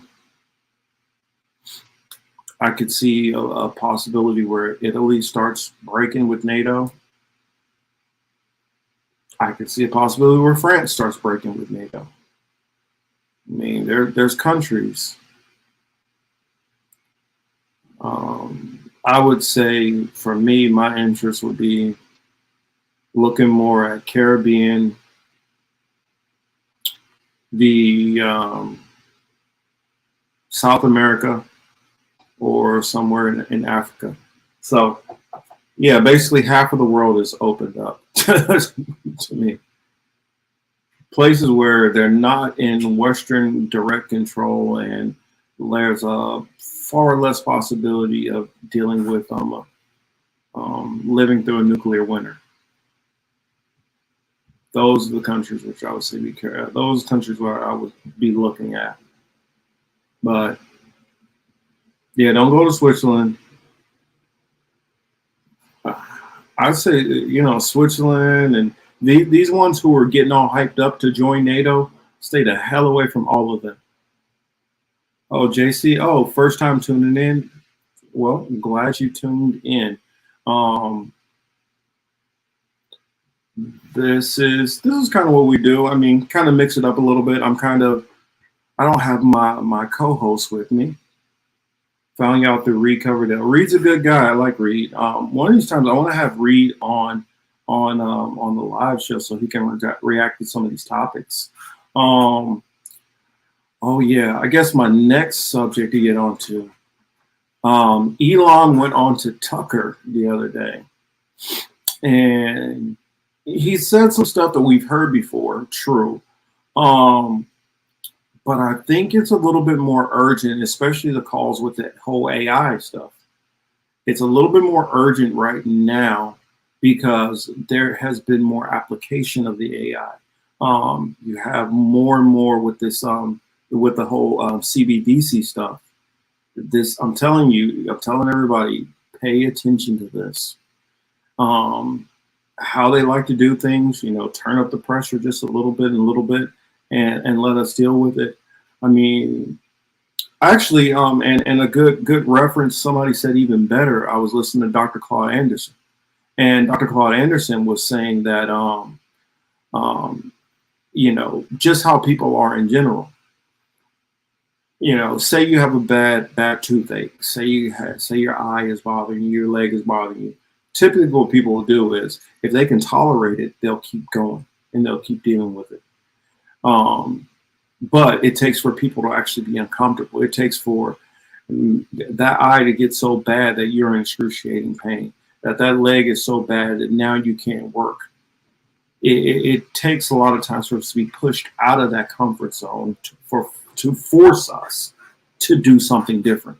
And this is, we should start keeping our eyes aware of what's going on and not be pushed to that level, because there's a possibility that if you wait till you're pushed, it can be too late. I mean, I know a lot of times I've talked about Albert Pike and Morals and Dogma, and how a lot of this stuff has been talked about that it was going to happen. I mean, what's the other guy I'm thinking of? David Icke. Hold on one second.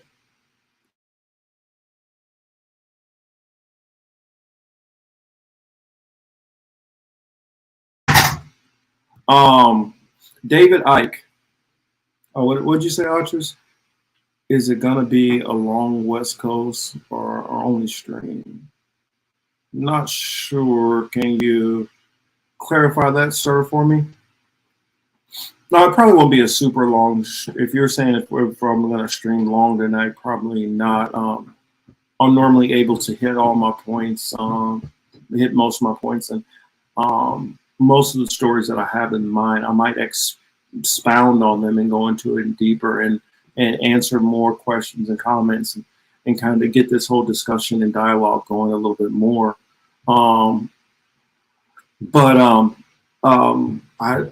I've hit most of the stuff that I want to go into. Of course, we know that I talked about Sudan a little bit last week. Now it's showing that the CIA is involved in pushing into that, which we knew.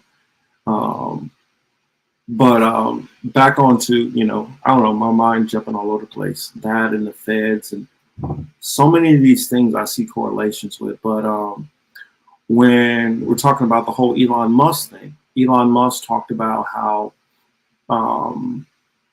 not only that this tech thing need to be slowed down just a little bit.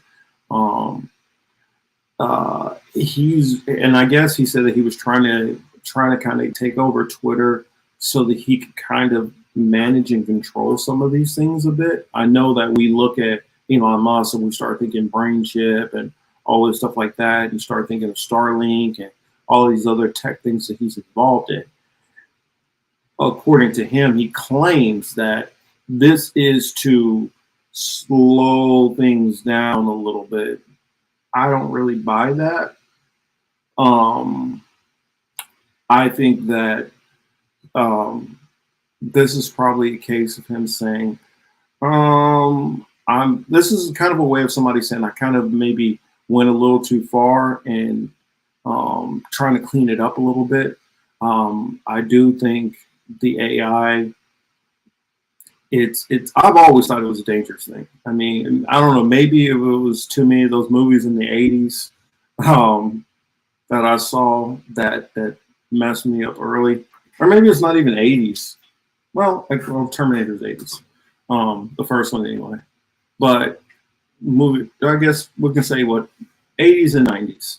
You start having more and more movies. I don't know, anybody remember the movie Max? Max was a bioengineered dog that had all of this gene therapy. Like superhuman strength, superhuman speed. Well, not human, but super animal, super canine strength, super canine sight. Dogs only basically see kind of like two colors. And so it's two colors versus a little bit of plus a little bit of shading when they see stuff. And this dog was able to basically have like full color spectrum, be able to see in UV and be able to see heat sensors and all kind of stuff. I don't know. Check out the movie Max if you guys have never seen it. But that movie Max reminded me of the movie Megan. I don't know if you guys have seen that, about the AI doll, which the little girl has. And you go into all these movies. What was it Starnet? I don't know. Somebody who's a movie nerd along with me remind me, talking about with Terminator, the Skynet. That's what it is, Skynet. How Skynet eventually started to go online on its own. We've had just recently, what was the Age of Ultron, where it was showing how AI is starting to do its own thing. What's another one? We have Person of Interest, a movie TV show where you find out that it's actually a computer brain which is analyzing all the different people and doing predictive actions on looking at our mannerisms, behaviors, buying purchases, locations, all of these stuff, and deciding, well, this person is likely to commit a murder. That ties in the same thing with Minority Report. So, Mr. Street says, I love the umbrella concept. All of these things are all intertwined. JC says, I already know what side he's on. Oh, yeah, I know what side he's on, but he's trying to play the game. He's really trying to play the game. Elon have you like, WTF? He have you wondering if he's on one side. Oh, that's what you're responding to. Yeah, but that's what it is. Watch this flick. It's so pleasing. I'm aspiring against the leaders. It's called New World Order. Or send that to me also, Bob. DM me that. I'll check it out. Let me hop over to Rocky and catch up. Oh, I think I see some of our friends have came to join us. Oh, should I see hemp cars in the building? Well, never tried to kill Farrakhan. or Ye. They just dope up Ye. What I feel like that's what they do with celebrities, because they know celebrities, the influence they have is superficial. Like for instance, if Denzel got up tomorrow and was like, "We need to fight back against this. We like your movies, Denzel, but nobody's buying you as some kind of new revolutionary figure." The same with the Ye. And the fact that it's hard to take him serious like that. So that's the reason why they haven't went after that. Now, when it goes to a Farrakhan, I already know when Hamza sees this, he is not going to like this. He is not going to like me for saying this, but I do have to wonder about him. Like, rumors back in the day was that he was involved with the whole with the Malcolm X assassination. So, and I don't know if he was part of it well, whatever the reasonings were. I've heard a lot of rumors about him being possibly involved with that. So I do wonder if he could be controlled opposition. I've definitely fully come to the belief that most third-party candidates, especially on the Democratic side, are a form of controlled opposition. Chris H says the political matrix, the Caribbean could be a good place to run just to escape some islands or various. Exactly. That's what, plus you have areas that are going to be in the backwoods in a sense. Metaphorically speaking, not literally speaking. You do have some areas that are going to be off the grid that are still sustainable to live in. And so that's something that's always going to, and I think that a lot of those elites don't worry as much about the Caribbean, also because of the weather, knowing that that could put a damper in some of their plans.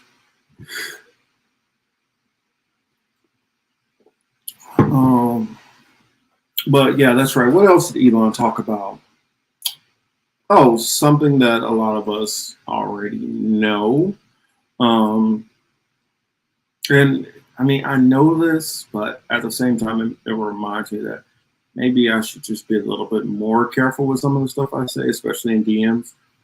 So yeah, anybody that I DM, I'm gonna make sure to probably change numbers with them, just in case I eventually get booted off of certain platforms. And also, I think that it's less likely that they're randomly just going through everybody's phone numbers.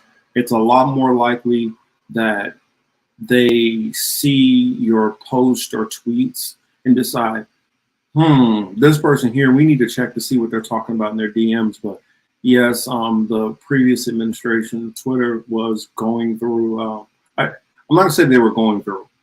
Elon said that they had the ability to go through your DMs and that your DMs are not encrypted, which I kind of figured that was kind of the case. I never assumed that my DMs were encrypted ever. Just like I assume that every single thing that I do, for instance, I went out to the Pike in Long Beach earlier today.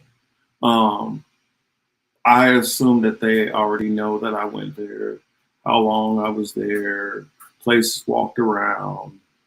My phone probably already pinged all those different stores, and I'll probably start getting ads from the different places that I went by. I didn't go into any of the stores, I just walked around.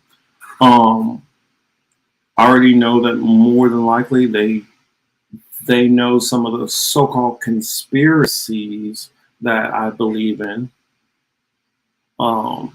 They know who I contact, and I've just come to the realization that whatever, I don't give a damn. They're going to do what they're going to do, and it's not much I can do about that. What'd you say? Wouldn't the state like us to believe that the minister is controlled opposition to overall weaken and discredit the only properly organized Black movement?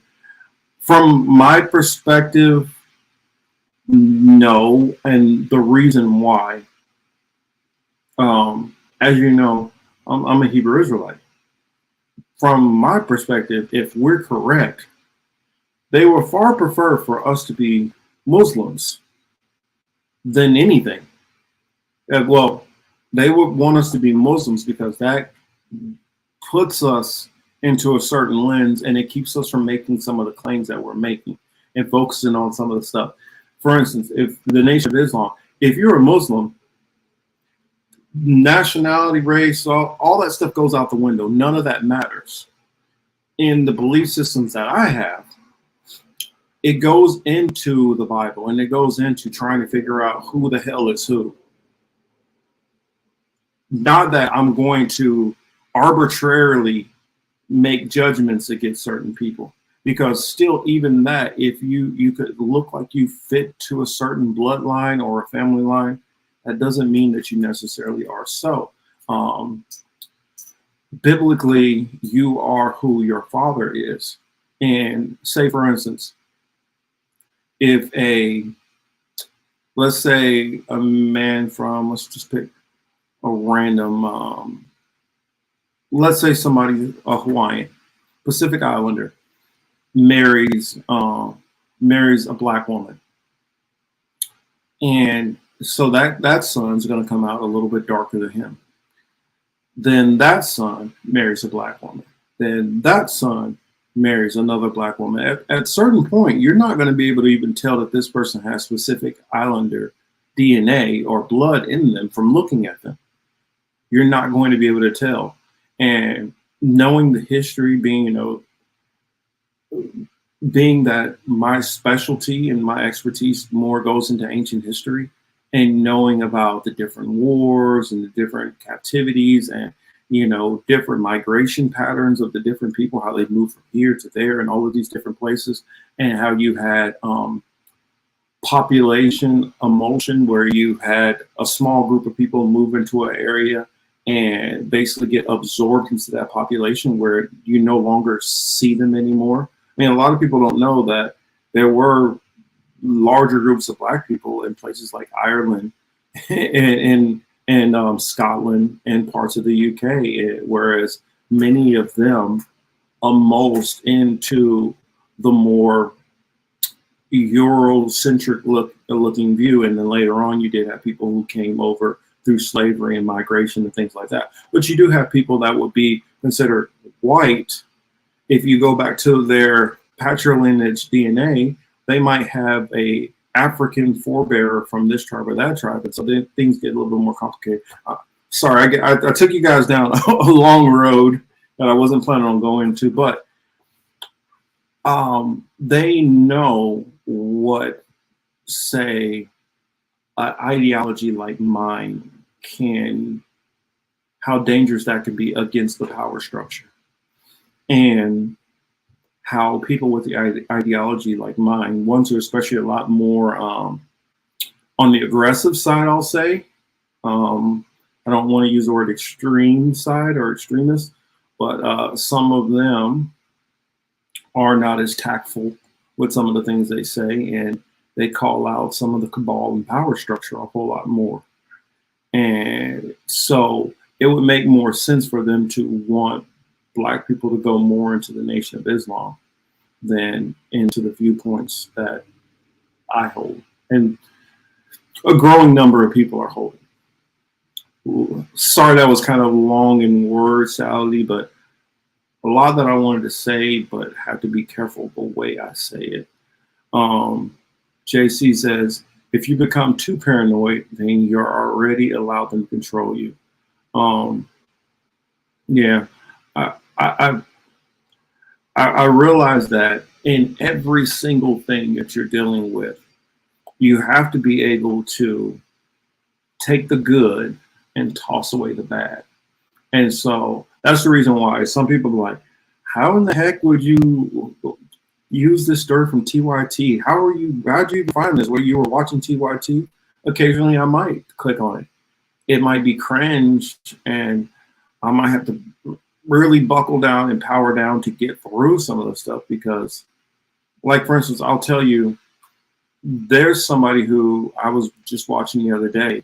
Literally listen to this person even speak. They don't even have to be saying anything good or bad. Just hearing their voice annoys me because I can hear the rich classes, self-centered, nature about them. I can hear how they look down on people.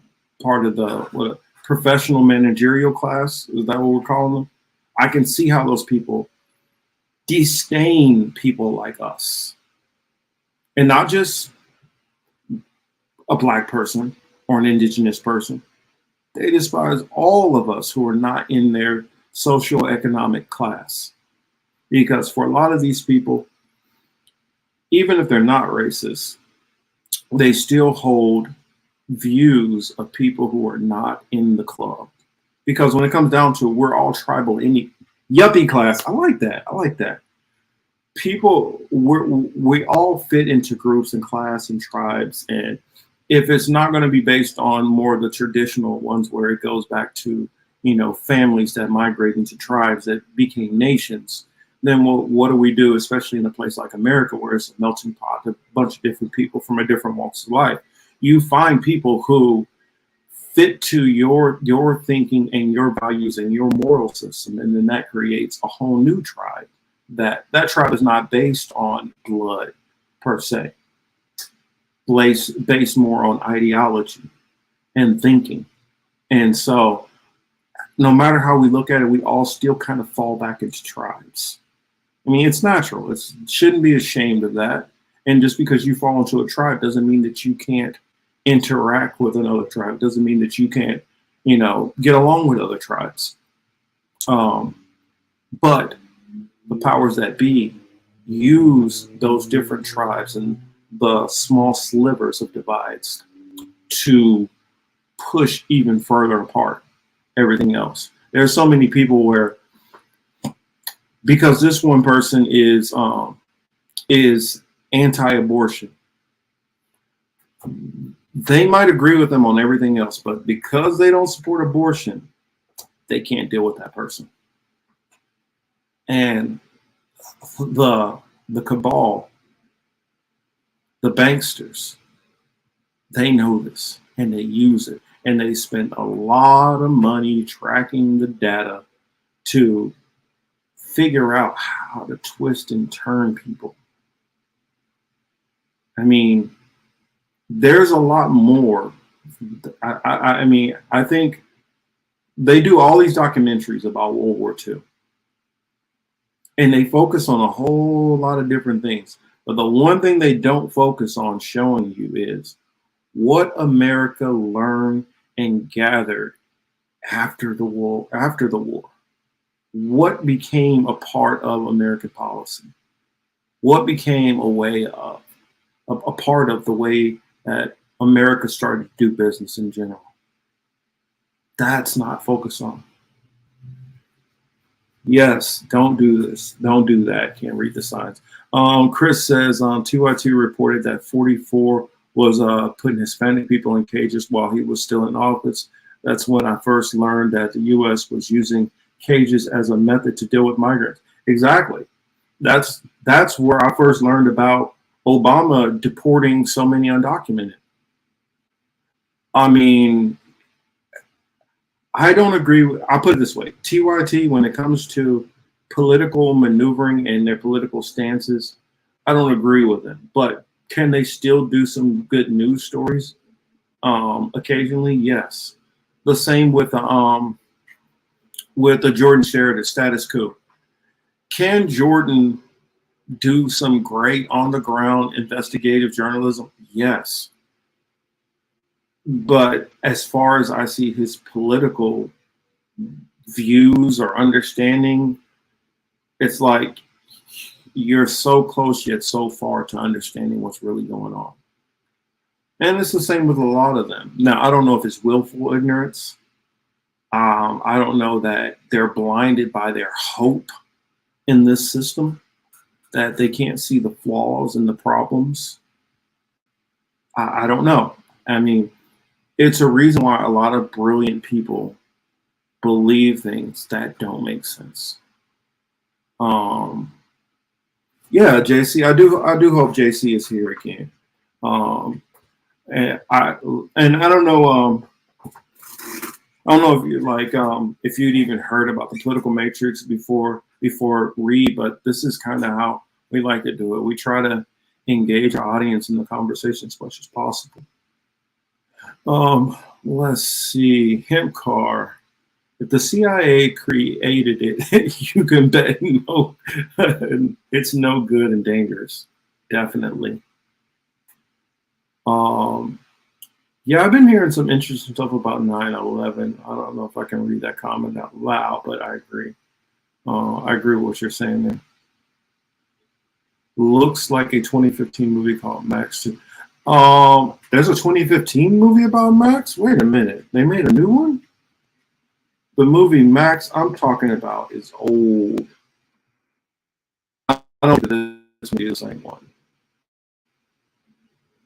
Let's see. What is overview? Let's see what that movie's about. No. That's not the same Max. That's not the same movie. Let me see if I can pull up a synopsis. I wouldn't be surprised if they pulled up. They made this movie and called it Max to kind of make people forget about the old movie Max.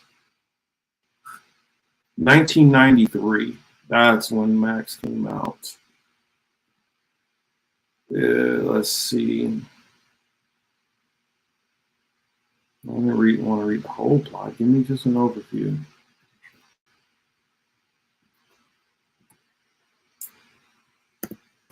Overview.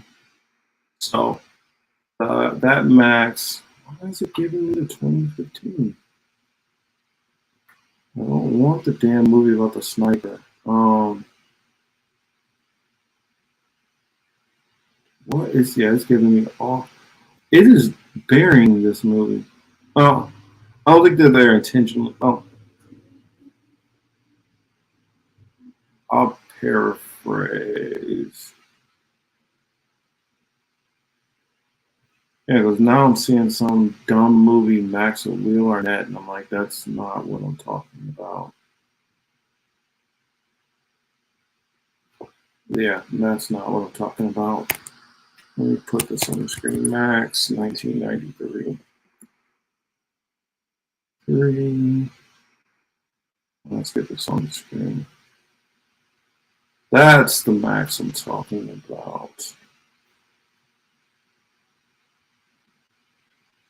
Screen. This is the movie Max that I'm talking about. He was a Rottweiler.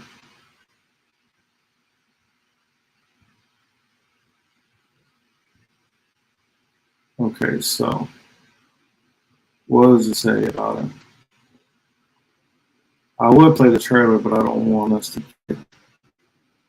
get in trouble. It says, a genetically engineered dog escapes from the science facility where it was created. A family takes it in, unaware of its deadly instincts, where soon emerges the scientist who created the dog tries to find it before it's too late. So yeah, that version of Max is definitely a different Max than the ones that they keep showing. This is the Max one I'm talking about. And so he seems all nice and he's super trained at first. And so they bred in tiger, like the dog can climb trees and like all kind of stuff. It's a little terrifying. I don't know anybody who's seen like it was the Island of Dr. Moreau.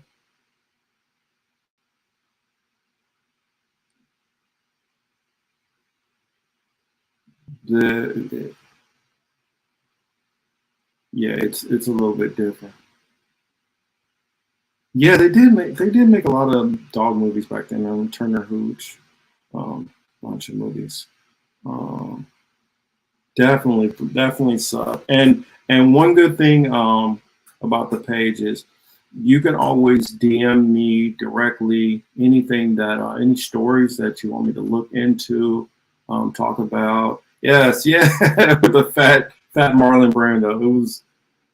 I was kind of a little disappointed, but I mean,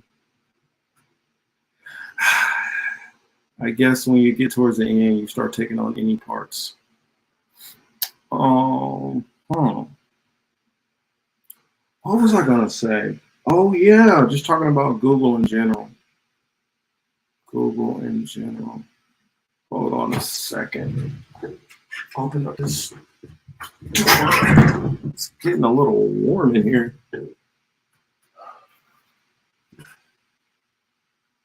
So yes, that's what I wanted to talk about, and I only heard about that movie because the critical thinker.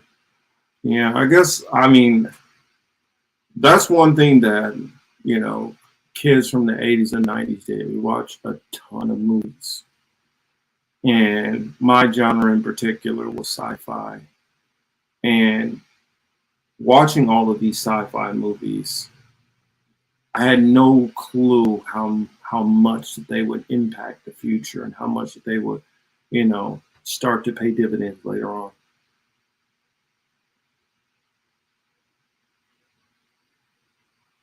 I think we know why.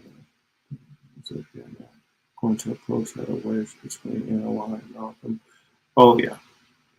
I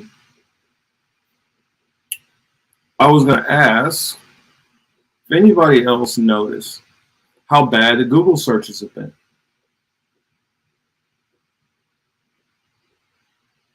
You heard about the movie with Jamie Foxx? They cloned Tyrone. Is that a real movie, or are people saying that because they're saying that something happened to Jamie Foxx and they brought out a clone? Yeah, I mean, you're right. It's some of the stuff is just, they don't make sense anymore. But also, not only because tech controls it, another thing that happened is, what was his name? I hope I don't screw his name up. Was it Philip K. Dick? Is that the big time sci-fi guy? You guys remember? Correct me if I'm wrong. I'm gonna try to pull him up real quick.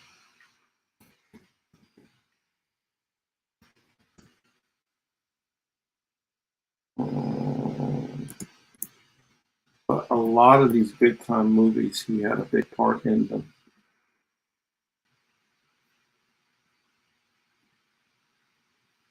So let's pull up this. Jeez. So, man, you really have to do with all these? Morning Patrol, Blade Runner, Total Recall, Screamers, Imposters, of course, the new Blade Runner and the new Total Recall, Adjustment Bureau,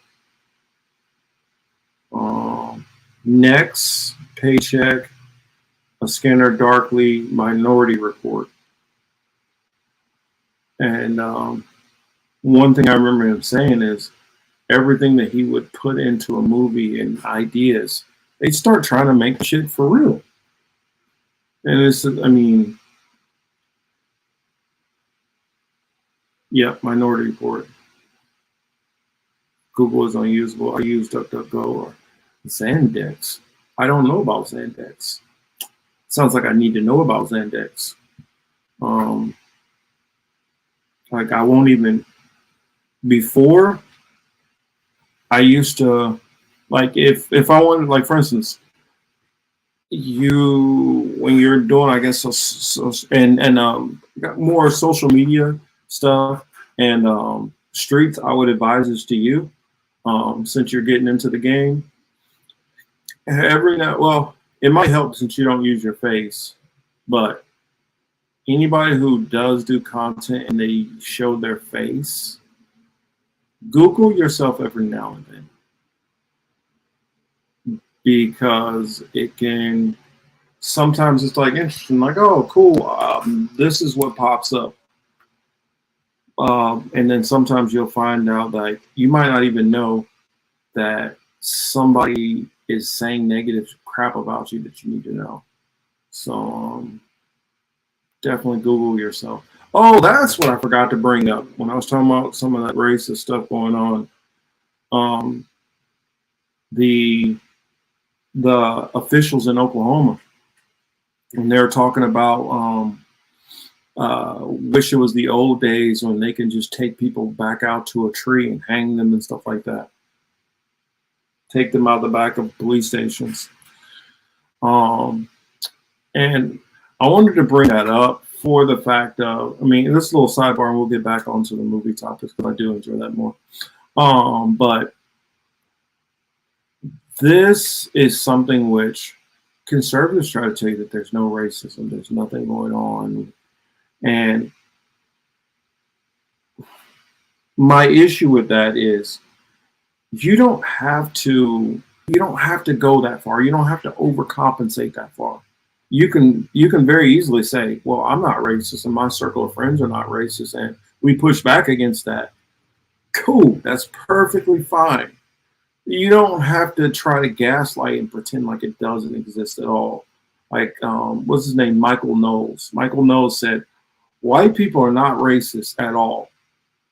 Well, not every white person, of course, that'd be ridiculous. But you cannot say that there are not white people that aren't racist. You just can't make statement. You can't make a broad-based statement about anything. You can't say, well, all Chinese guys are short. Well, what about Yao Ming? You can't make broad-based statements as a whole. That's one rule of thumb I stay away from. You can say that these are tendencies which you could possibly see within a group. Like, for instance, you could say, you know what, it's a good possibility a lot of black guys might like hip-hop. You could make that assumption, but does that mean every black guy likes hip-hop? No. There are some who literally don't listen to hip-hop. There's some who listen to rock. There's some who listen to country. I'm saying. There's some who listen to orchestra or symphony, or there's ones who listen to all the above. There's ones who listen to all the above. Perfect example, I play in, it's not like a garage band, but I play an alternative rock band. But because I played in that and I listened to some alternative rock music, does that mean that I didn't like hip hop? No. If somebody was to pull up to me out on the street, I would say a strong possibility you'd either hear me listening to some form of conscious rap or some version of reggaeton, salsa. But just because you hear those two doesn't mean that I don't like jazz. I mean, we can't make broad statements over anybody. That's my, I guess, message. So back to it.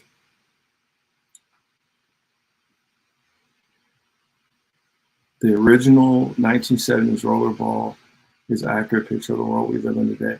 I think we live in a version of that, and we're heading into a version of idiocracy, except they left the racist part out of it. I mean, that's the only thing they need to add in. I mean, we're going there. Trump and DeSantis have been egging each other on, seeing who promises to be tougher on crime. The average conservative thinks that this will only apply to drug dealers and such.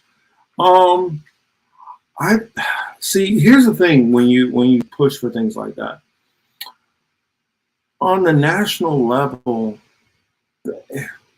That's the problem with it. Running for president, you're talking about being tougher on crime. Well, what does that mean? It basically is going to translate back into a state issue. And so if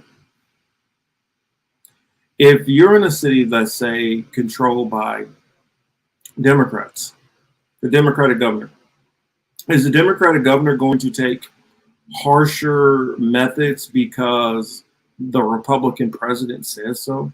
No, it doesn't work that way.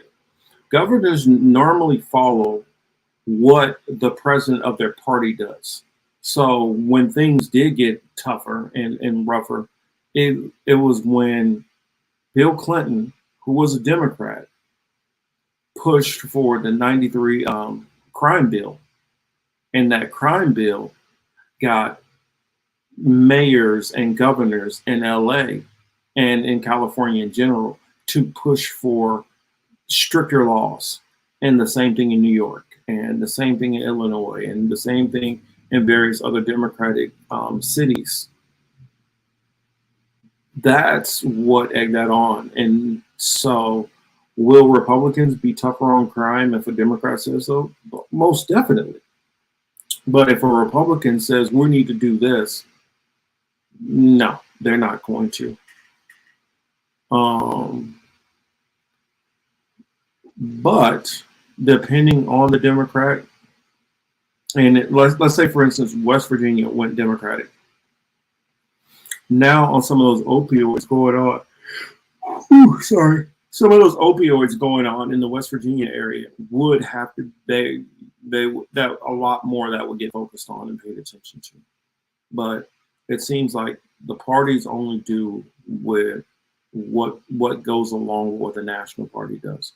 I mean, the stuff that the federal government was talking about, literally living in the LA area, and I'm pretty sure Atras can attest that it probably was the same thing all the way up into the Bay Area too. It felt like basically Joe Biden himself was writing policy out here. Or not Joe Biden, he ain't writing nothing, but his administration. Yes, it will always stomp on the average person.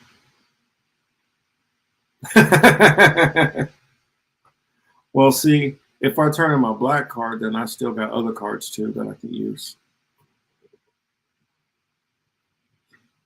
I'm like a Heinz 57 of non-white.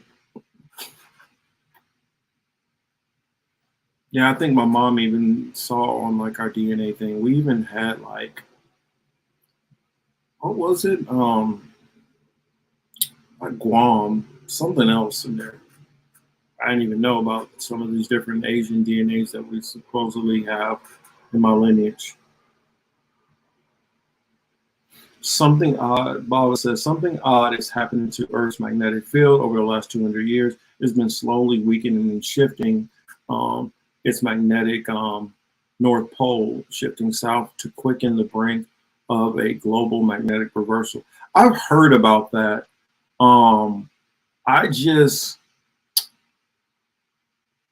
I mean, you already know, Baba. It's probably the one area where me and you have a mild disagreement. Still love there, but I honestly, and I know, I'm in the minority, I'm pretty sure, with even my own audience. I believe that all this stuff is lining up for, spiritual things that are happening. And I'm not like the Christian church. The Christian church thinks everything is all just, everything all happens like in the fourth dimension. It happens outside of this realm. And I believe that the spiritual stuff invokes thinking on us as individuals and pushes individuals to do things. So like, do I believe that like there's some actual spirit that invokes your body and controls you, and it's like, now I'm going to get up and attack people? No. How a spirit works is the spirit puts an idea into your head. You start thinking about it. And as you think about it, you give more power to that spirit to influence you. And playing with certain mediums, whether that's like voodoo or Ouija boards and all those different things, you open yourself up to more spiritual activity. Now, it doesn't mean your body's going to be controlled, but if you allow your mind to be controlled, it's the same thing. And sometimes you say, well, it's just that he was listening to this cult leader. You know, a spiritual sense was being put onto that leader, good or bad. And what they embarked onto you was the wisdoms, well, not necessarily wisdoms, but the sayings and the wordings from spiritual entities. That's why, in the scriptures it says we fight with powers and principalities. Now, do they enact their will through human beings? Yes, but just a little different. I'm keeping an eye on it because it could happen slower, quickly. Yeah, it could. I do believe that. And that's one thing I told somebody the other day. I said, you have me who's a believer in biblical prophecy and Torah. I have friends who read the Quran, and that's their belief system. I have people who I know of who believe in Native American prophecies and folklores, and atheists. And the one thing is, all of us, even though we're coming through these different spiritual and philosophical viewpoints, I forgot about Buddhism also. Some Buddhists and Zen and Taoists. We're all coming from different points of views. We don't believe the same thing, but we're all seeing the same things. And I see it in my faith system, scriptures alluding to these types of things. This person sees in their faith, this person sees in their faith, and we don't all believe the same thing necessarily. But you're having all these people from different walks all seeing the same thing. There has to be something going on that's more than just, this is just some random atheist stuff.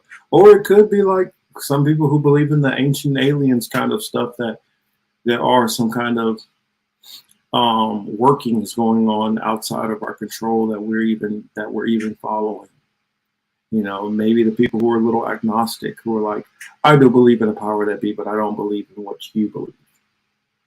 All of those have to be factored in my opinion. Let's see. Anything else that we have? Obama and Trump are liberal. That is why they don't spray the cages with Zyklon B. Jeez. Oh, that went dark. Opus Cosmic. Oh, you missed a lot. I've just been, I had my news rundown. Then I hit the rash of gun violence that's been going. Well, rash of violence that's been going on. Not all of it's been gun violence.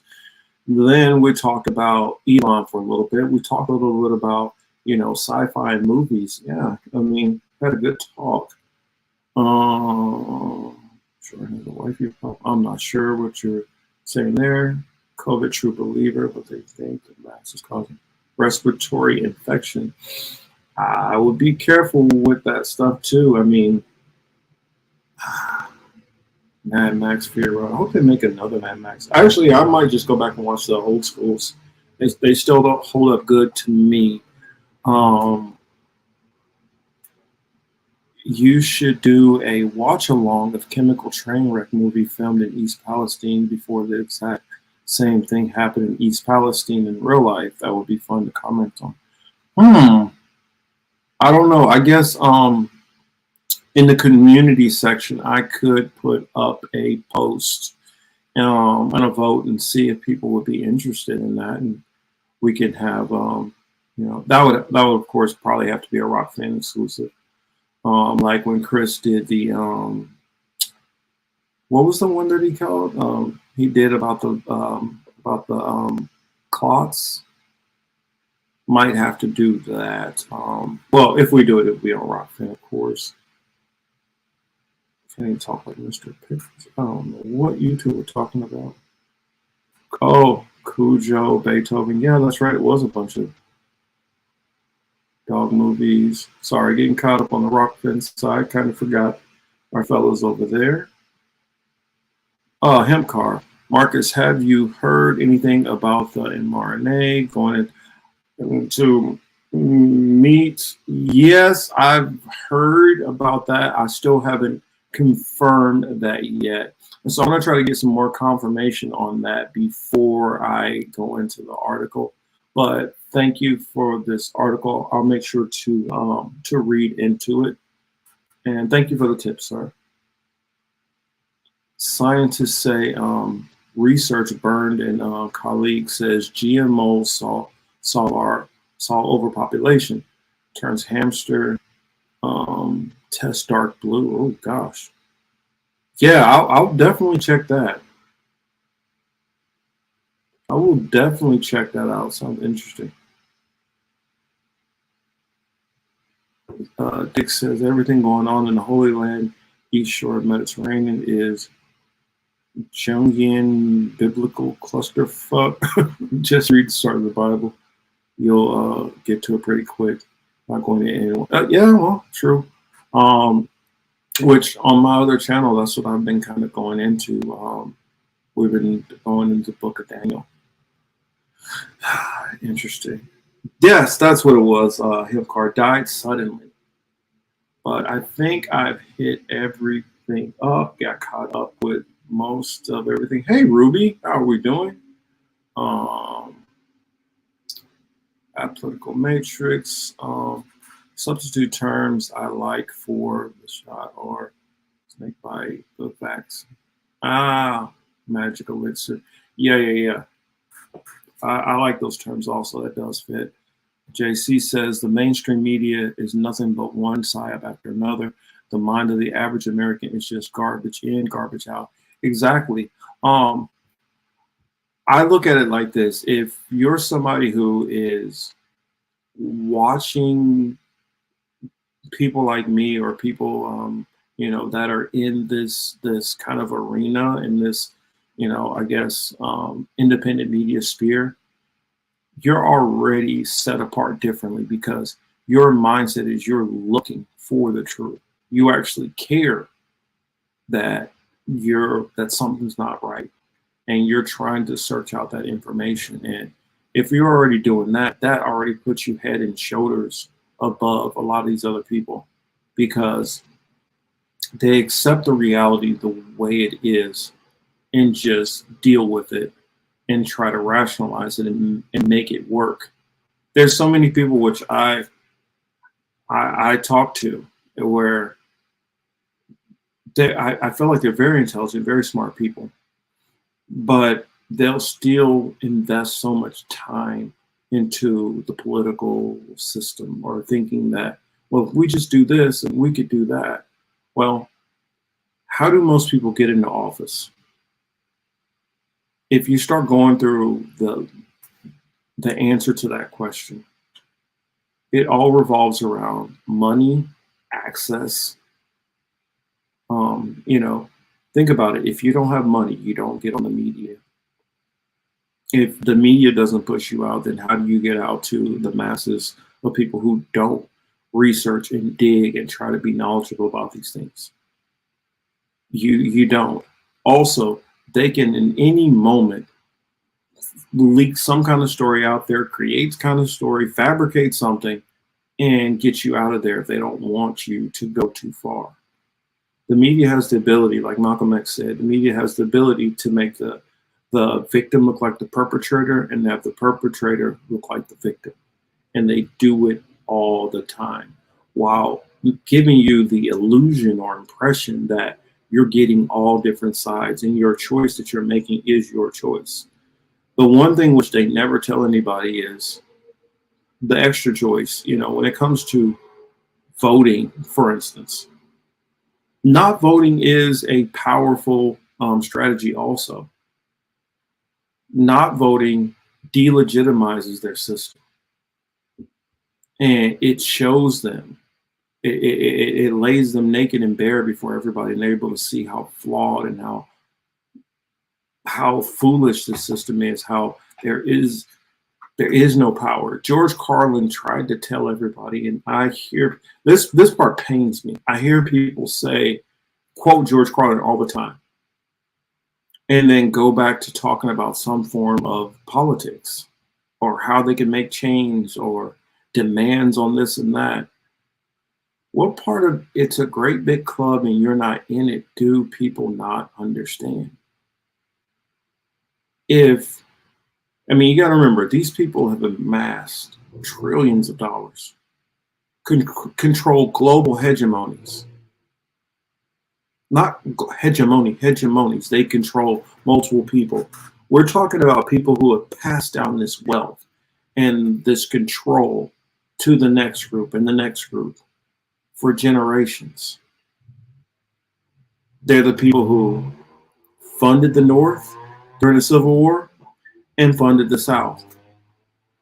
They're the people who control Britain's monetary source. They're the people who control the Federal Reserve, the IMF, the Bank of East Asia. They control so many different things. By proxy, they own a lot of our major products that we buy and put into our house. Most of the major manufacturing plants. And now I hear people say, well, we can boycott them. You can't boycott them. You don't even know all the stuff that they own. Perfect example. I remember years back, people were talking about boycotting the Koch brothers. Do you know how many other companies the Koch brothers sell to that they're making a product from Koch brothers products? How do you boycott that? Unless you live out on your own and literally make everything from scratch on your own, there's no way to boycott your way out of it. See, Baba says, it's strange seeing people completely ignorant to the truth. It's hard for people to wrap their minds around their beloved institutions ever being evil or wanting to do harm, have critical thinking. I'll tell you what the problem is. I was watching a program the other day, and in that show, the girl, her friend was trying to tell her, like, if you were so smitten with this girl, you would be able to see she's manipulating you.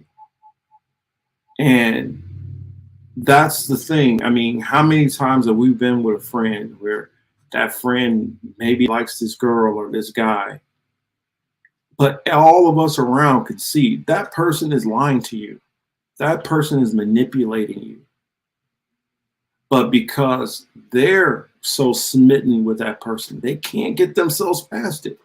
They can't see the reality that's right in their face. Well, that's the problem with a lot of people in our society.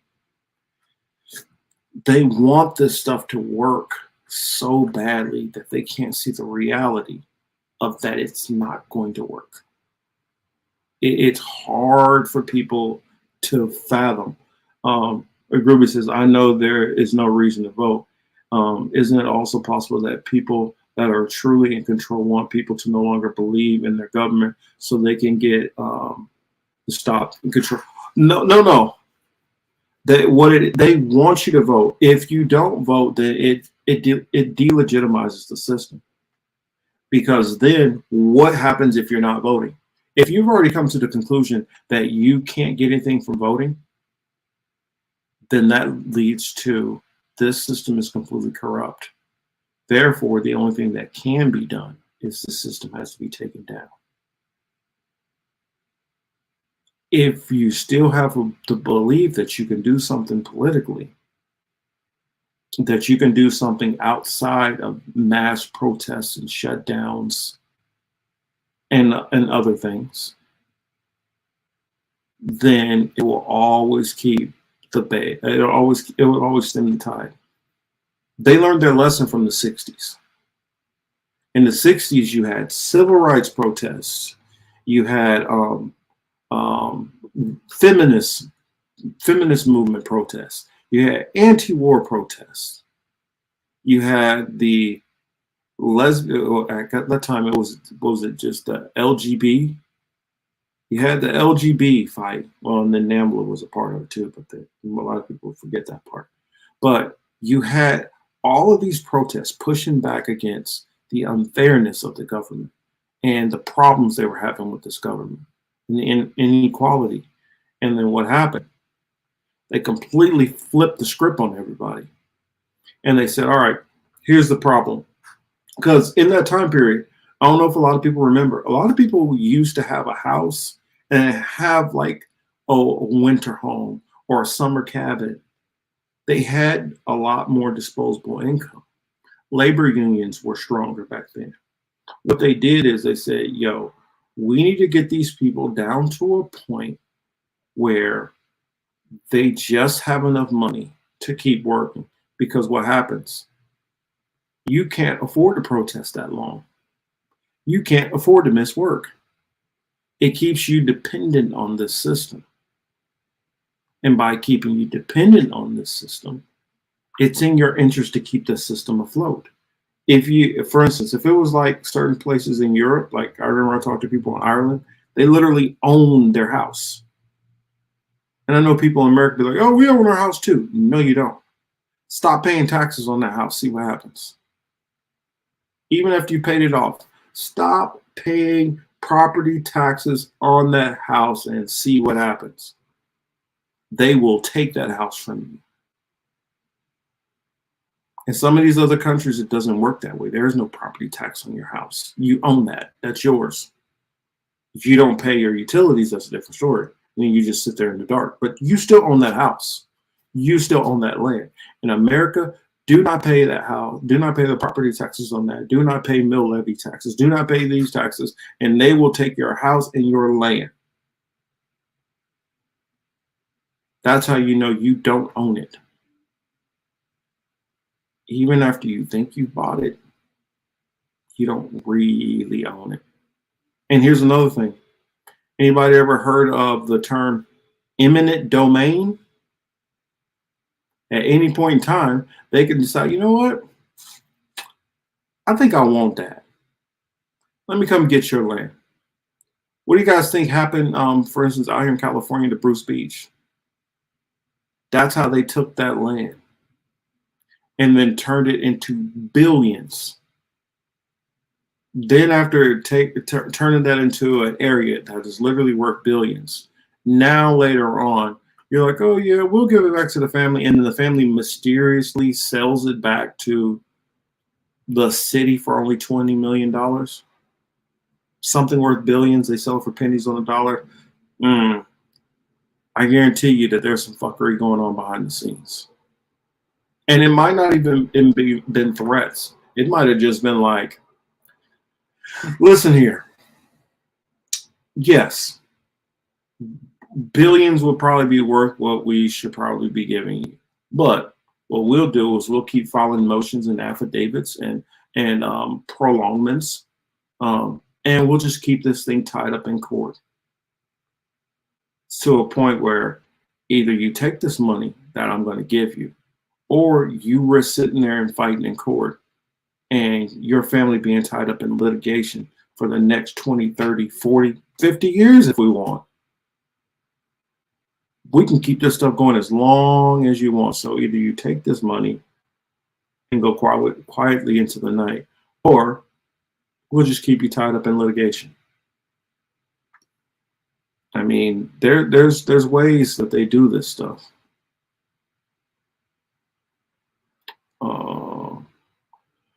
What did Ruby say there? Oh, wait a minute. That's right. I was going to read those other ones. According to latest reports, it seems that pork producers have been using customizable plant vaccines since 2018. The thing is, so glad I don't eat pork. And I mean, when I say I don't eat pork, it's not just like, oh, I don't eat pork chops or this. No pepperonis, no. If the hot dog is not beef, I don't eat it. I even check like stuff that says that it's meat because sometimes they might mix in pork with it. Don't eat pork at all.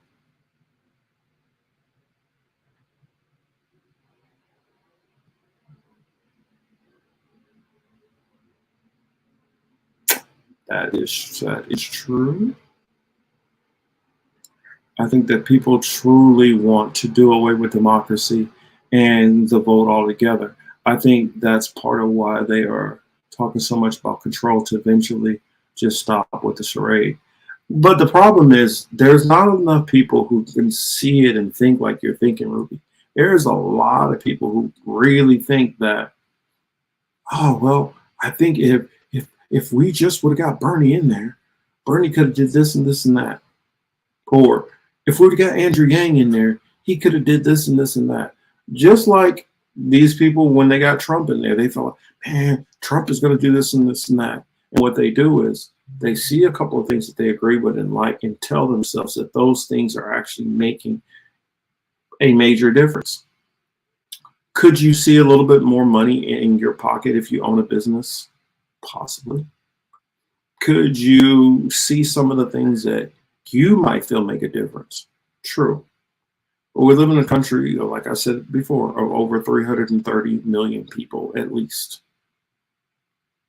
How do you know if that's really making a difference or not, or it just feels like it to you because that's what you believe would make a difference? Exactly. If you think you own something, I don't know whether or not I should let you know you don't. I don't want to ruin your day. I mean, hey, just got to put it out there sometimes. Yes, Ireland does not have property tax. Actually, a bunch of countries don't have property tax. Exactly. A lot of them don't. Once you own your land, you own your land. It's yours. Do whatever the hell you want to with it. There's no laws like, oh, you can't collect rainwater. No, you don't have that. Exactly. Early railroads and highways were a massive eminent domain schemes. In fact, that's how a lot of wealthy Black families lost their wealth. They decided, well, wait a minute. We didn't know that there was some oil on that land. Wait a minute. That connects right to a freshwater creek. And you could just put a well right up and you got, okay, yeah, this would be a perfect spot for a plant. I mean, like somebody that my mom brought up to me, the Potato King. Let me find his name. Oh, the Potato King. Always forget this dude's name. I need to remember it.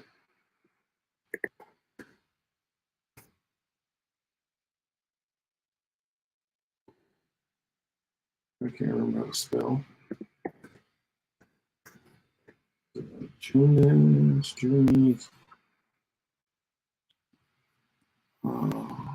Where was his name?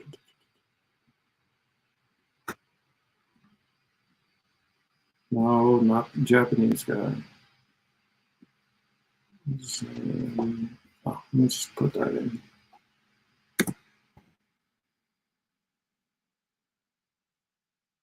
There he is. Let me put this up.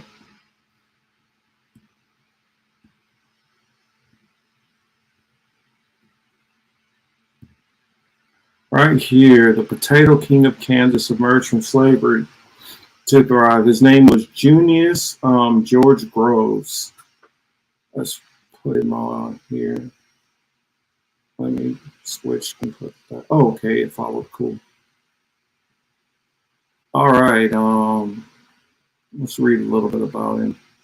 Junius George Groves, born 1859, died in 1925. I actually died right around, was it my grandfather? I think he was just born then.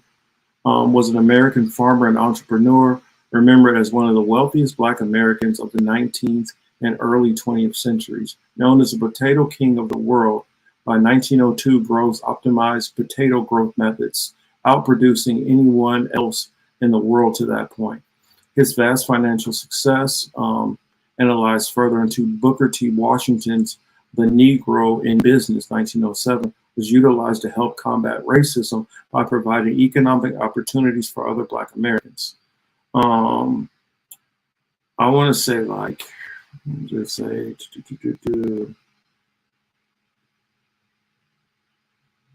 estimated net worth of $300,000 in 1915, which that definitely would have, I don't know how much that equates to, but he would have definitely been a multi-millionaire at least. And if you factor in some of the business practices of now, how you could have shipped stuff all over the place, probably would have been even more. Said he's considered one of the most prosperous Black Americans of the late 19th, early centuries. At the height of his success, he had constructed a 22-room mansion equipped with the latest comforts of the era.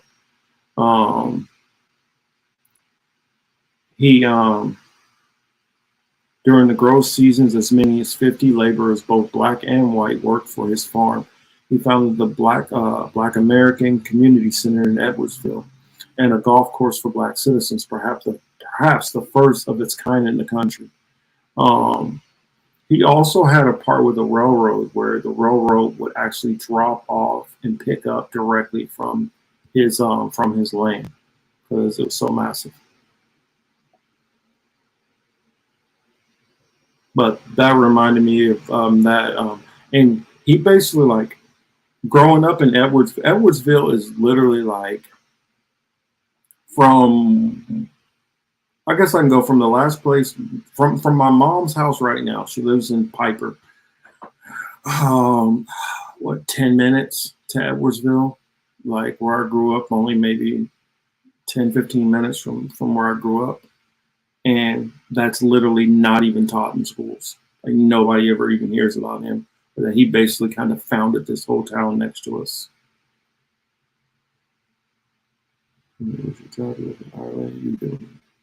Yep, you can at least survive because the land is yours. I agree. I've been thinking the same thing. Yes, that's the luck of the Irish.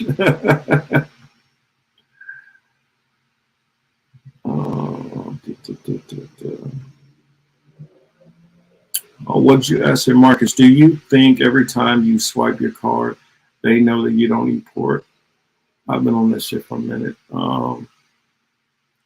They probably know I don't eat pork because when I'm at the store, I literally am like looking through the ingredients and like, okay, well, what is this? What's in there?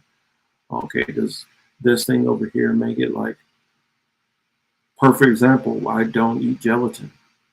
Like, it was suck. I gave up Starburst because Starburst is made with pork gelatin in it. It's a lot of candies that I don't eat, which people don't realize. There's pork in candy? Yes, there's pork in candy. If you smoke cigarettes, the filters are made with pork. There's a lot of stuff that's in a lot of stuff.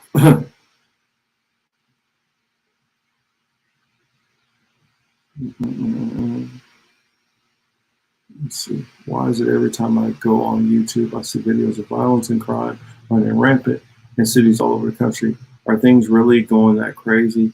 And it seems like it's spreading. Yes, I think that well, see, here's the crazy part. Violence levels are actually down in comparison to the 60s, 70s, and 80s. They have been since the 90s, early 2000s, 2010s, 2020s, been decreasing. But what's been happening is in the past probably 5 to 10 years, they've been slowly creeping back up. So even though the violence level is still below definitely the 80s and definitely the 70s, 60s, it's being reported on more. So yes and no. It is increasing from what it's been in recent time, but it is still overall lower than it was decades ago. And that's on every metric. It's down. It's like that on Twitter too. Lots of doom scrolling. People deliberate to polarize people, like Orwell's 2 Minute Hate. Yeah, like I tweeted out about a video that this video, it showed a white girl beating up this Muslim girl. The girl's just kind of sitting there, not doing anything, doesn't fight back at all, and the girl like punches her a bunch of times, hitting her and all that. Then walks around, looks around at everybody, then goes back to beating on the girl again. and then this black girl comes out of nowhere and then starts beating her up, and then the security jumps in and stops that. This story is from 2021, but for some reason now this story is being suggested to me. I mean, there are accounts which I'm seeing on Twitter which are specifically showing racialized violence, whether it's a black person attacking a white person, white people attacking black people. I'm not saying that racist incidents aren't new and freshly happening, but you are definitely seeing where it seems like either social media or just media in general is pushing this and trying to expose what's happening to use and show more of it. All right. Big groups of people robbing department stores, just running up and getting people. Yeah, well, that's also having to do with the recessions which we're going into, and like especially in the bigger cities, whether it's on the East Coast or on the West Coast, you have it getting harder and harder for people to get by. I mean, if you meet somebody out here, they're single, they have their own apartment, own car, and they go out regularly and go and have fun, that person's obviously making really good money. But it's typical to see people where they have 3 or 4 roommates. I'm talking about like you're renting a couch. That's typical out here now. I mean, it's getting ridiculous, the cost of living, how it's increasing. And it's forcing it that people are more crime prone because it's just stuff is getting more and more expensive. Do you think the powers that be are putting that info out now to key to incite more issues on purpose? Most definitely. Most definitely. It's a reason why the Dilbert stuff that came out not that long ago is going on. It's a reason why I'm seeing more and more stuff for conservatives. Now, it could be just that he let back on a whole bunch more conservatives and they're feeding me the stuff that's racist coming out from conservatives. That could be part of it. But even before that, I was noticing the divisions, even just like, say, for if we're just specialized on the black community, I was seeing the divisions even within that being exploited more and more between the BIPOC community and the Pan-African community, between the Pan-African community and the FBA community. And it's these divisions, even within this black community, like I tell people all the time, I first and foremost do push for unity and improvement between BIPOC people, black and indigenous people of color, because the powers that be have a laser focus on us. Now, by proxy, yes, they are harming all of us and are targeting, lower income whites and lower income, who am I leaving out? I guess Islamic, Arabic, that's what I'm saying, Arabic people and Asian people. Yes, they are hitting them also. But I feel like they're specifically have I don't know if it's an axe to grind, you would say, or if they're targeting BIPOC people in general. I do feel like there's that target there. And it's egged on because of the fact that not only the elites are against us, we have a whole political party who's attacking us, and a whole people who hold this negative ideology towards us. And so when you add that dual fold, and then when you get outside of this country, we still face the same racism because of what the entertainment industry has done and pumped out into the world about BIPOC people. they pumped out nothing but negative about us. And so now you have somebody who grew up in China their whole entire life, never been around a black person, coming over here already racist. That's not an accident. That is not an accident. Now, I would say if you look at, well, I'm not gonna say if you look into the entertainment industry, look at who do you feel is making the moves there, and why would they have an incentive to go after the people I've mentioned they're going after, and all of us in general. There is definitely a huge divide and conquer going on, and the thing about it is, it's not like checkers.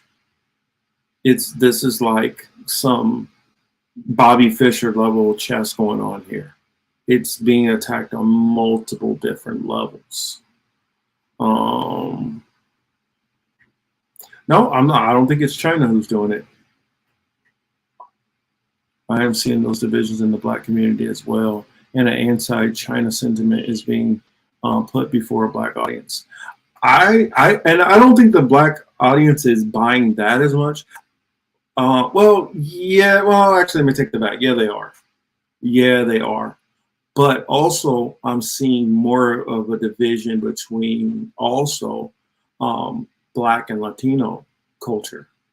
And so it seems like the Black community is being pushed to divide themselves off, for one, already away from anybody who's not Black.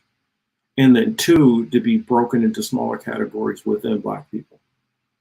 And the reason why that can be effective is if you have only 14% of the population break themselves down into this 2% here, this 3% there, 1%, 1%, 1%, then you have a community which is politically and economically irrelevant.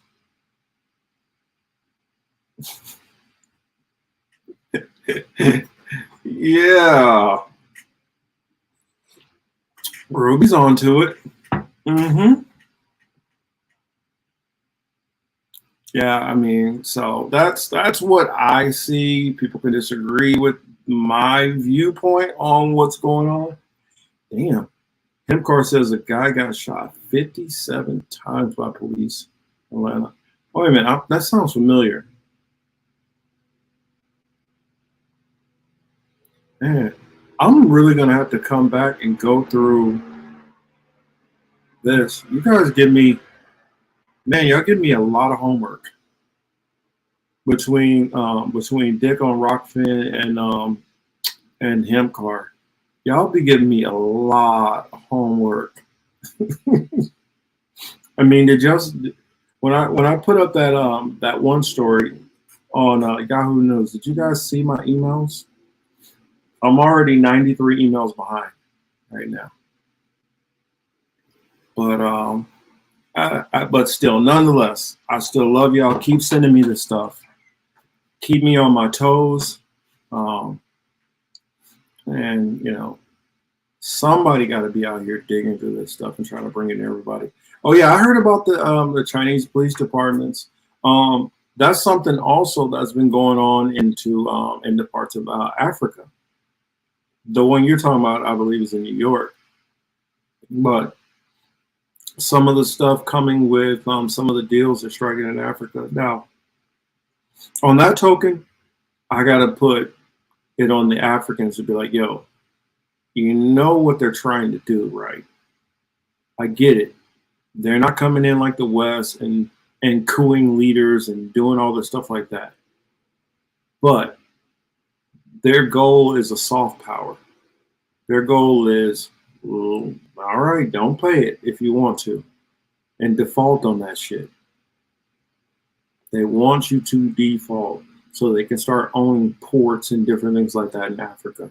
And the next thing you know, they'll be sitting right over you, just like the Western nations. So Africa better, pay close attention to what's going on, because they're dealing with a real hustler who's had to deal with America for the longest. Yeah, governments not only don't want to lower crime, they want to encourage it to increase. It gives them an excuse to justify expanding the power exactly even more and locking everyone down. Because that's the goal.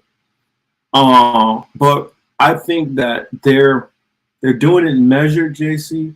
And the reason why I would say they're doing it measured is because they want to get all their other controls in line first. They want to be able to get the CBDCs online. They want to be able to get more of their tracking technology online. They want to be able to get, all their police departments militarized. They want more of a cooperation between the local governments, the states, the cities, municipalities, and the federal government. That way, we are living in a form of Minority Report mixed with Demolition Man. That's what they're working towards. Person of interest also. I mean, all of those different things that can control us in various different ways. Because we got to keep in mind, our cities even, remember RoboCop, for instance? That's tying into, like OCP. Their corporations are controlling our government. And that was just shown on one city on a microcosm. But that's what's happening. And they're wheeling it out slowly so it can spread all the way across. Because if they did it heavy-handed just in New York, then you have everybody pushing back in Philly, Jersey. You get what I'm saying? Baltimore. But if you do it a little bit here, then back off. A little bit here. It's kind of like anybody out there have a cat?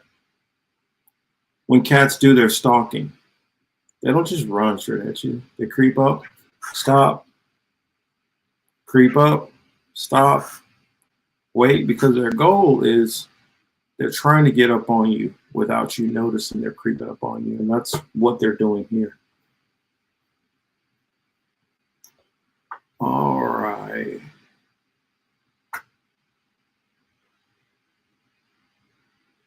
Yeah. It's peaceful in Florida too, as far as I know. It's peaceful in most places, for the most part. Like I used to tell people, like, especially like women would be so terrified to go to Europe and stuff like that after seeing a movie like Taken. That's not like comedy. It is a movie. Now, is there some kind of truth in it? Does that happen? Does women get trafficked? Yes. But you know how many women get trafficked here in America that we don't even talk about? But focus it on, movies like Taken and Hostels.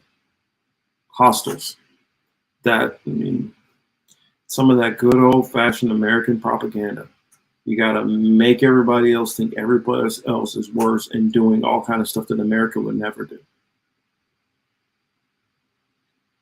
When Trump said that basically, yeah, they have killers and so do we, it's the truth. America takes prisoners they don't like and renditions them, ships them off the black sites outside of U.S. territory. They do all kinds of stuff like that. They take care of dissidents. They set people up. They do all of it. Yep, the boiling frog tactic.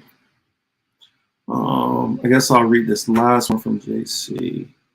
From cohesive local communities and barter. That's what people need to be trying to form, but not here in the U.S.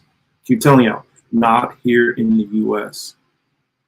Before, and I don't know which order it's going to happen in. If it's going to be the what are they called? If it's going to be the EMPs, the high level EMPs, or if it's going to be a flat out, or if it's going to be a flat out nuke that hits. Watch out.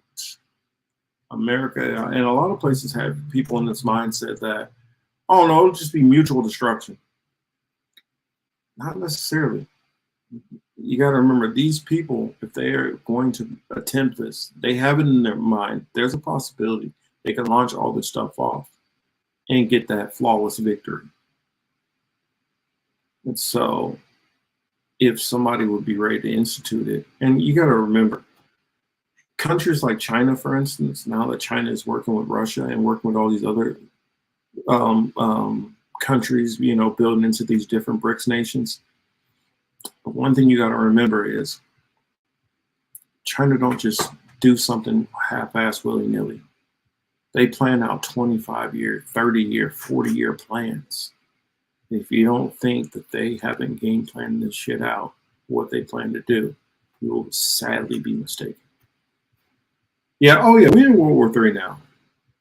It just hasn't gotten nasty yet. Oh, it's going to creep up and creep up. That's why I'm saying people are given the time right now to start planning, getting your shit together so you can get that out of Dodge. That's what I tell people. So, yep, that said, yeah, I got to hop off here. I'm pretty sure I'll probably drop through Warren's chat for a minute. Talk to Jose. I need to talk to Jose and see if he's still up. Oh, yeah, we're at 3 hours. I do need to drop it at this point. Yeah, start planning, people. Start planning. But that said, you know, this is in the political matrix. I'm, of course, your host, Young Morpheus. Much appreciation for everybody, all of y'all for tuning in. They said, yeah, diversify your range of skills as much as possible. Good night, Ruby. Good night to all of y'all. Let me know anybody who's seen it out there. I bet you Tank took the W tonight. Yeah, I'm yawning. Got to get some food at me. Get a little tired. I'm old. I'm getting, well, not old yet. I'm getting old. That's right. I forgot. You got me beat, Streets. I'm getting old. I put it this way. I feel old. Maybe I just need to lose some of this fat. That's the problem. But yeah, I see that info on Buck. I will look it out and I'll drop him the email. I mean, can't hurt. But y'all all have a great and wonderful one. I'll see you guys on the next go round. Oh yeah, Hebrew Apologetics is possible. We might be live tomorrow. I don't know. I gotta check with Jose and see if he's free. But yeah. And if we are, I believe we will be continuing with Daniel. I think Daniel chapter 8. And for those who don't know what that's talking about, it's a tie-in to Nebuchadnezzar's dream of the statue. So, all right, y'all. Y'all have a good one.